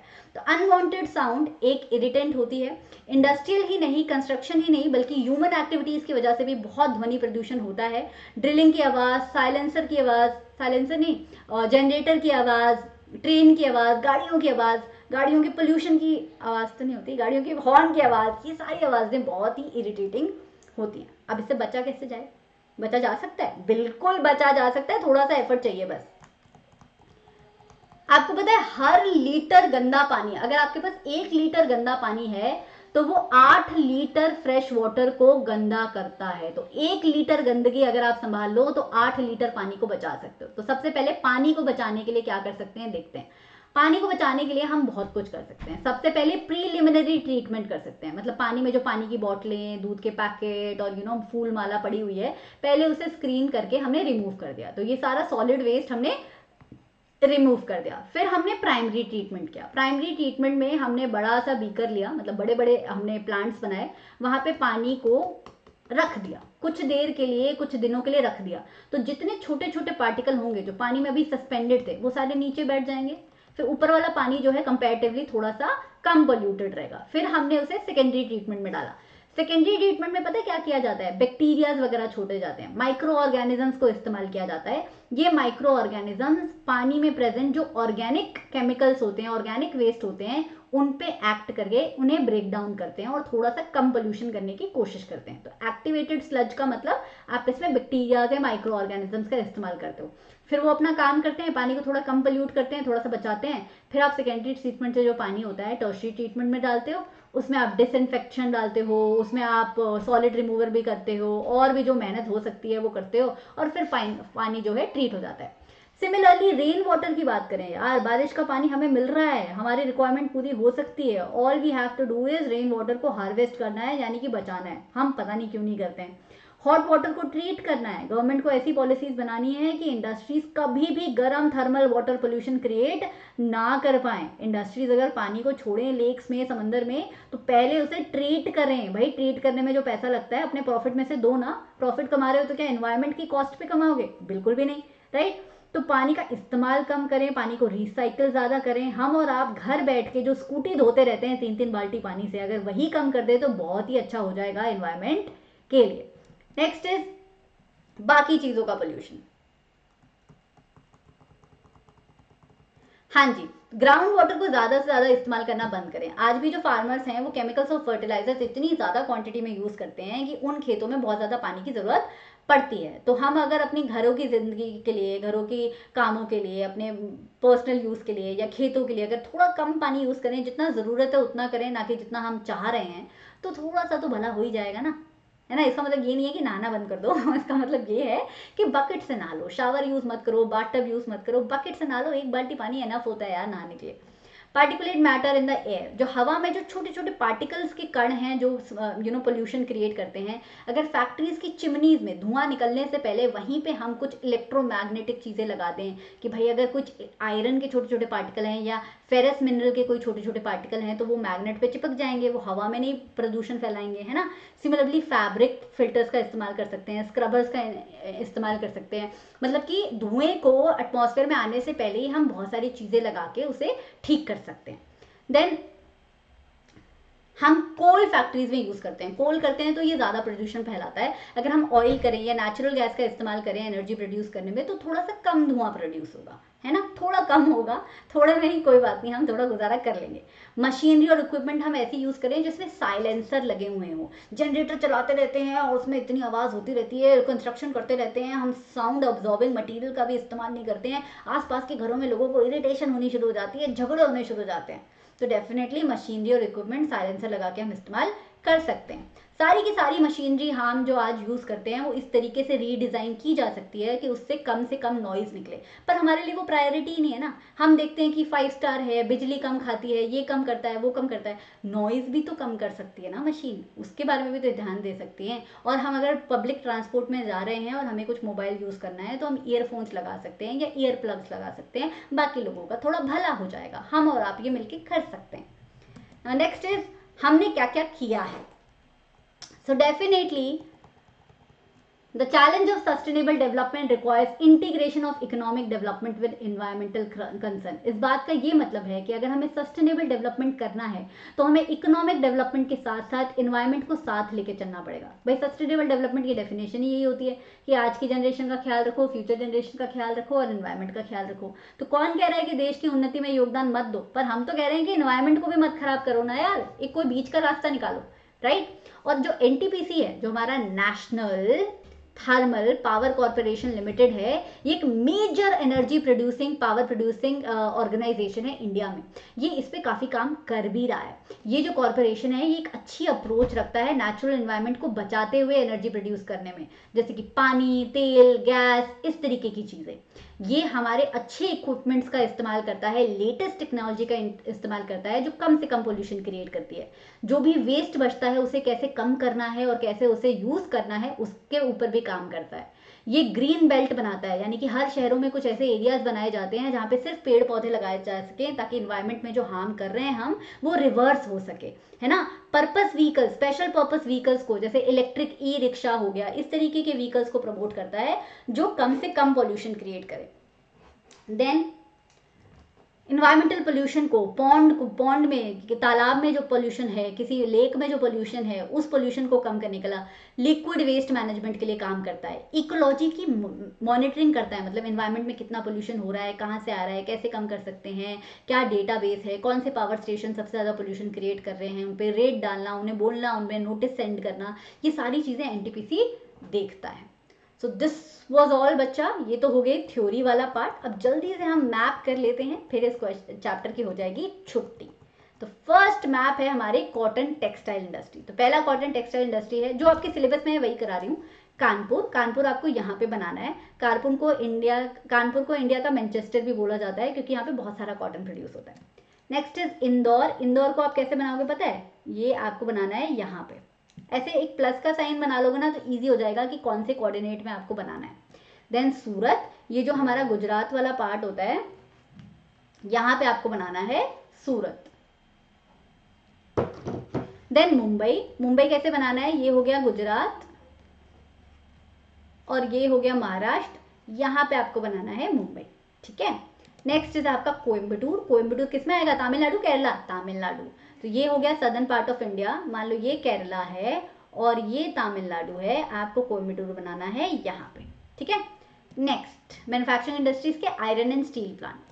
तो बोकारो की बात करें तो देखो, सबसे इसको याद करने का तरीका बता दूं बच्चों को ना, झारखंड और बिहार में बड़ी कंफ्यूजन होती है। बच्चे याद रखना कि झारखंड और बिहार पहले एक ही स्टेट हुआ करते थे, लेकिन बिहार से नेपाल आप सड़क के थ्रू जा सकते हो, ये याद रख लो बस। तो बिहार कौन सा हो गया, बिहार हो गया आपका नेपाल के पास वाला और झारखंड हो गया नीचे वाला। तो मान लो अगर ये झारखंड है, झारखंड का मैप बनाना मुझे भी नहीं आता तो यहाँ पे बनाओगे आप बोकारो। नेक्स्ट इज दुर्गापुर वेस्ट बंगाल में बच्चे बना के आ जाते हैं, भाई वेस्ट बंगाल दूसरा देश है, ठीक है। तो ये यहाँ पे बनाओगे आप दुर्गापुर। कोलकाता यहाँ बनता है बच्चा, ये कलकत्ता होता है, यहाँ नहीं बनाना है, ये सर्कल वाला बनाना है। नेक्स्ट भिल्लई छत्तीसगढ़ और उड़ीसा में भी बड़ी कंफ्यूजन होती है। याद रखो कि उड़ीसा हम लाइफलाइंस ऑफ नेशनल इकोनॉमी में पढ़ते हैं, तो उड़ीसा में एक पोर्ट है, पोर्ट के लिए आपको समुद्र के पास होना जरूरी है। और मध्य प्रदेश तो आप जानते हो बिल्कुल देश का दिल है, तो मध्य प्रदेश और उड़ीसा के बीच में जो सैंडविच बना हुआ है दैट इज योर छत्तीसगढ़, ठीक है। सैंडविच की आलू की टिक्की है, भाई कोई छत्तीसगढ़ से है तो बुरा मत माना, मुझे छत्तीसगढ़ बहुत पसंद है और मुझे आलू की टिक्की भी बहुत पसंद है। Okay, so here is your Chhattisgarh, cool. Next is your Jamshedpur, कहाँ पड़ता है जमशेदपुर, झारखंड में पड़ता है। तो झारखंड के यहाँ पे छोटा सा डॉट लगाओगे, यहाँ पे थोड़ा सा वेस्ट बंगाल की साइड दिख रहा है पर थोड़ा छोटा डॉट बनाओगे तो आप जमशेदपुर अच्छे से बना लोगे। नेक्स्ट इज विजयनगर पड़ता है आपका कर्नाटका में बच्चा, तो यहाँ कर्नाटका के बॉर्डर के पास, आंध्र प्रदेश में मत बना के आना, ये this is your Vijayanagar. Next is Salem कहाँ पड़ता है, तमिलनाडु में। तो तमिलनाडु जहाँ कान होता है ना, जैसे मान लो ये है आपका किसी का चेहरा, किसी के चेहरे का कान आपने बना दिया सलीम। इमेजिन कर पा रहे हो? देखो चेहरा बनाया मैंने, चेहरे का कान, है ना। नेक्स्ट सॉफ्टवेयर टेक्नोलॉजिकल पार्क, ये सबसे ईजी है, ये वो शहर हैं जिसमें हम अक्सर रहते हैं, तो हमें ये बहुत ईजी पड़ते हैं। नोएडा में बच्चे दिल्ली में बना के आ जाते हैं। बच्चा हरियाणा के बीच में जो डॉट है that is your Delhi, Delhi के बिल्कुल साइड में एक डॉट लगा दोगे, लेकिन यूपी में लगाना है, नोएडा यूपी में पड़ता है, तो that is your Noida. Next Gandhinagar, Gandhinagar क्या है? गुजरात की कैपिटल। यस, अहमदाबाद नहीं है, गांधीनगर है। तो गांधीनगर कैसे बनाना है? हम छोटी क्लासेस में पढ़ के आए हैं, आपका ट्रॉपिक ऑफ कैंसर, है ना। ट्रॉपिक ऑफ कैंसर पे यहीं पे डॉट लगा देनी है, that is your Gandhinagar. Next Mumbai और पुणे, मुंबई हमने पढ़ लिया है, पुणे मुंबई से, देखो याद रखो कि मुंबई में समंदर है, पुणे में नहीं है। तो मुंबई अगर यहाँ पे है और मुंबई से पुणे है 2 घंटे दूर, 2 घंटे 3-4 घंटे दूर, तो बिल्कुल डायगनली समंदर से पीछे की साइड यहाँ पे डॉट लगा दोगे तो दैट इज योर पुणे, समंदर नहीं है यहाँ पे। नेक्स्ट हैदराबाद, हैदराबाद कहाँ पड़ता है? तेलंगाना में पड़ता है। बंटवारा हो गया है भाई आंध्र प्रदेश और तेलंगाना का, ये तेलंगाना में पड़ता है अब। सो तेलंगाना कौन सा देश है, स्टेट है सॉरी, जहाँ पे समंदर नहीं है। आंध्र प्रदेश के पास समंदर है इस साइड, है ना, तो यहाँ पे लगाओगे आप हैदराबाद। नेक्स्ट इज बेंगलुरु, बेंगलुरु से ना चेन्नई 2 घंटे का रास्ता है, तो तमिलनाडु वाली साइड पे कर्नाटका में एक डॉट लगा दो, दैट इज योर बैंगलोर, बीच में बिल्कुल। नेक्स्ट है चेन्नई, चेन्नई कैसे बनाना है? किसी की आंख है, देखो चेन्नई, ये देखो तमिलनाडु की आंख है चेन्नई, अगर ये तमिलनाडु है यहाँ पे बना दो Chennai, this is your Chennai. Next Trivandrum, Trivandrum पड़ता है केरला में, त्रिवांद्रम के पास है बिल्कुल समंदर, तो कोस्ट वाले इलाके पे, ये अगर केरला है तो आपको यहाँ पे बनाना है त्रिवांद्रम, साउथ पार्ट ऑफ केरला में पड़ता है त्रिवांद्रम। सो दिस वॉज इट बच्चा, आई होप यू एंजॉयड। इससे पहले कि मैं बेहोश हो जाऊँ, मैं जाके पानी पीती हूँ, and I see you next time. Don't forget to follow me on Instagram and Telegram account का भी पार्ट बन सकते हो, इसमें अच्छी अच्छी अपडेट्स आती हैं, जब भी कोई स्ट्रैटेजी वीडियो आएगी आपको पता होगा, स्टडी टिप्स आएंगे आपको पता होगा। एंड मैं टेलीग्राम पे स्पैमिंग नहीं करती हूँ, तो आपका फोन बिल्कुल भी नहीं बजेगा, so you can be a part of it. Link इतना description below. I see you next time, till then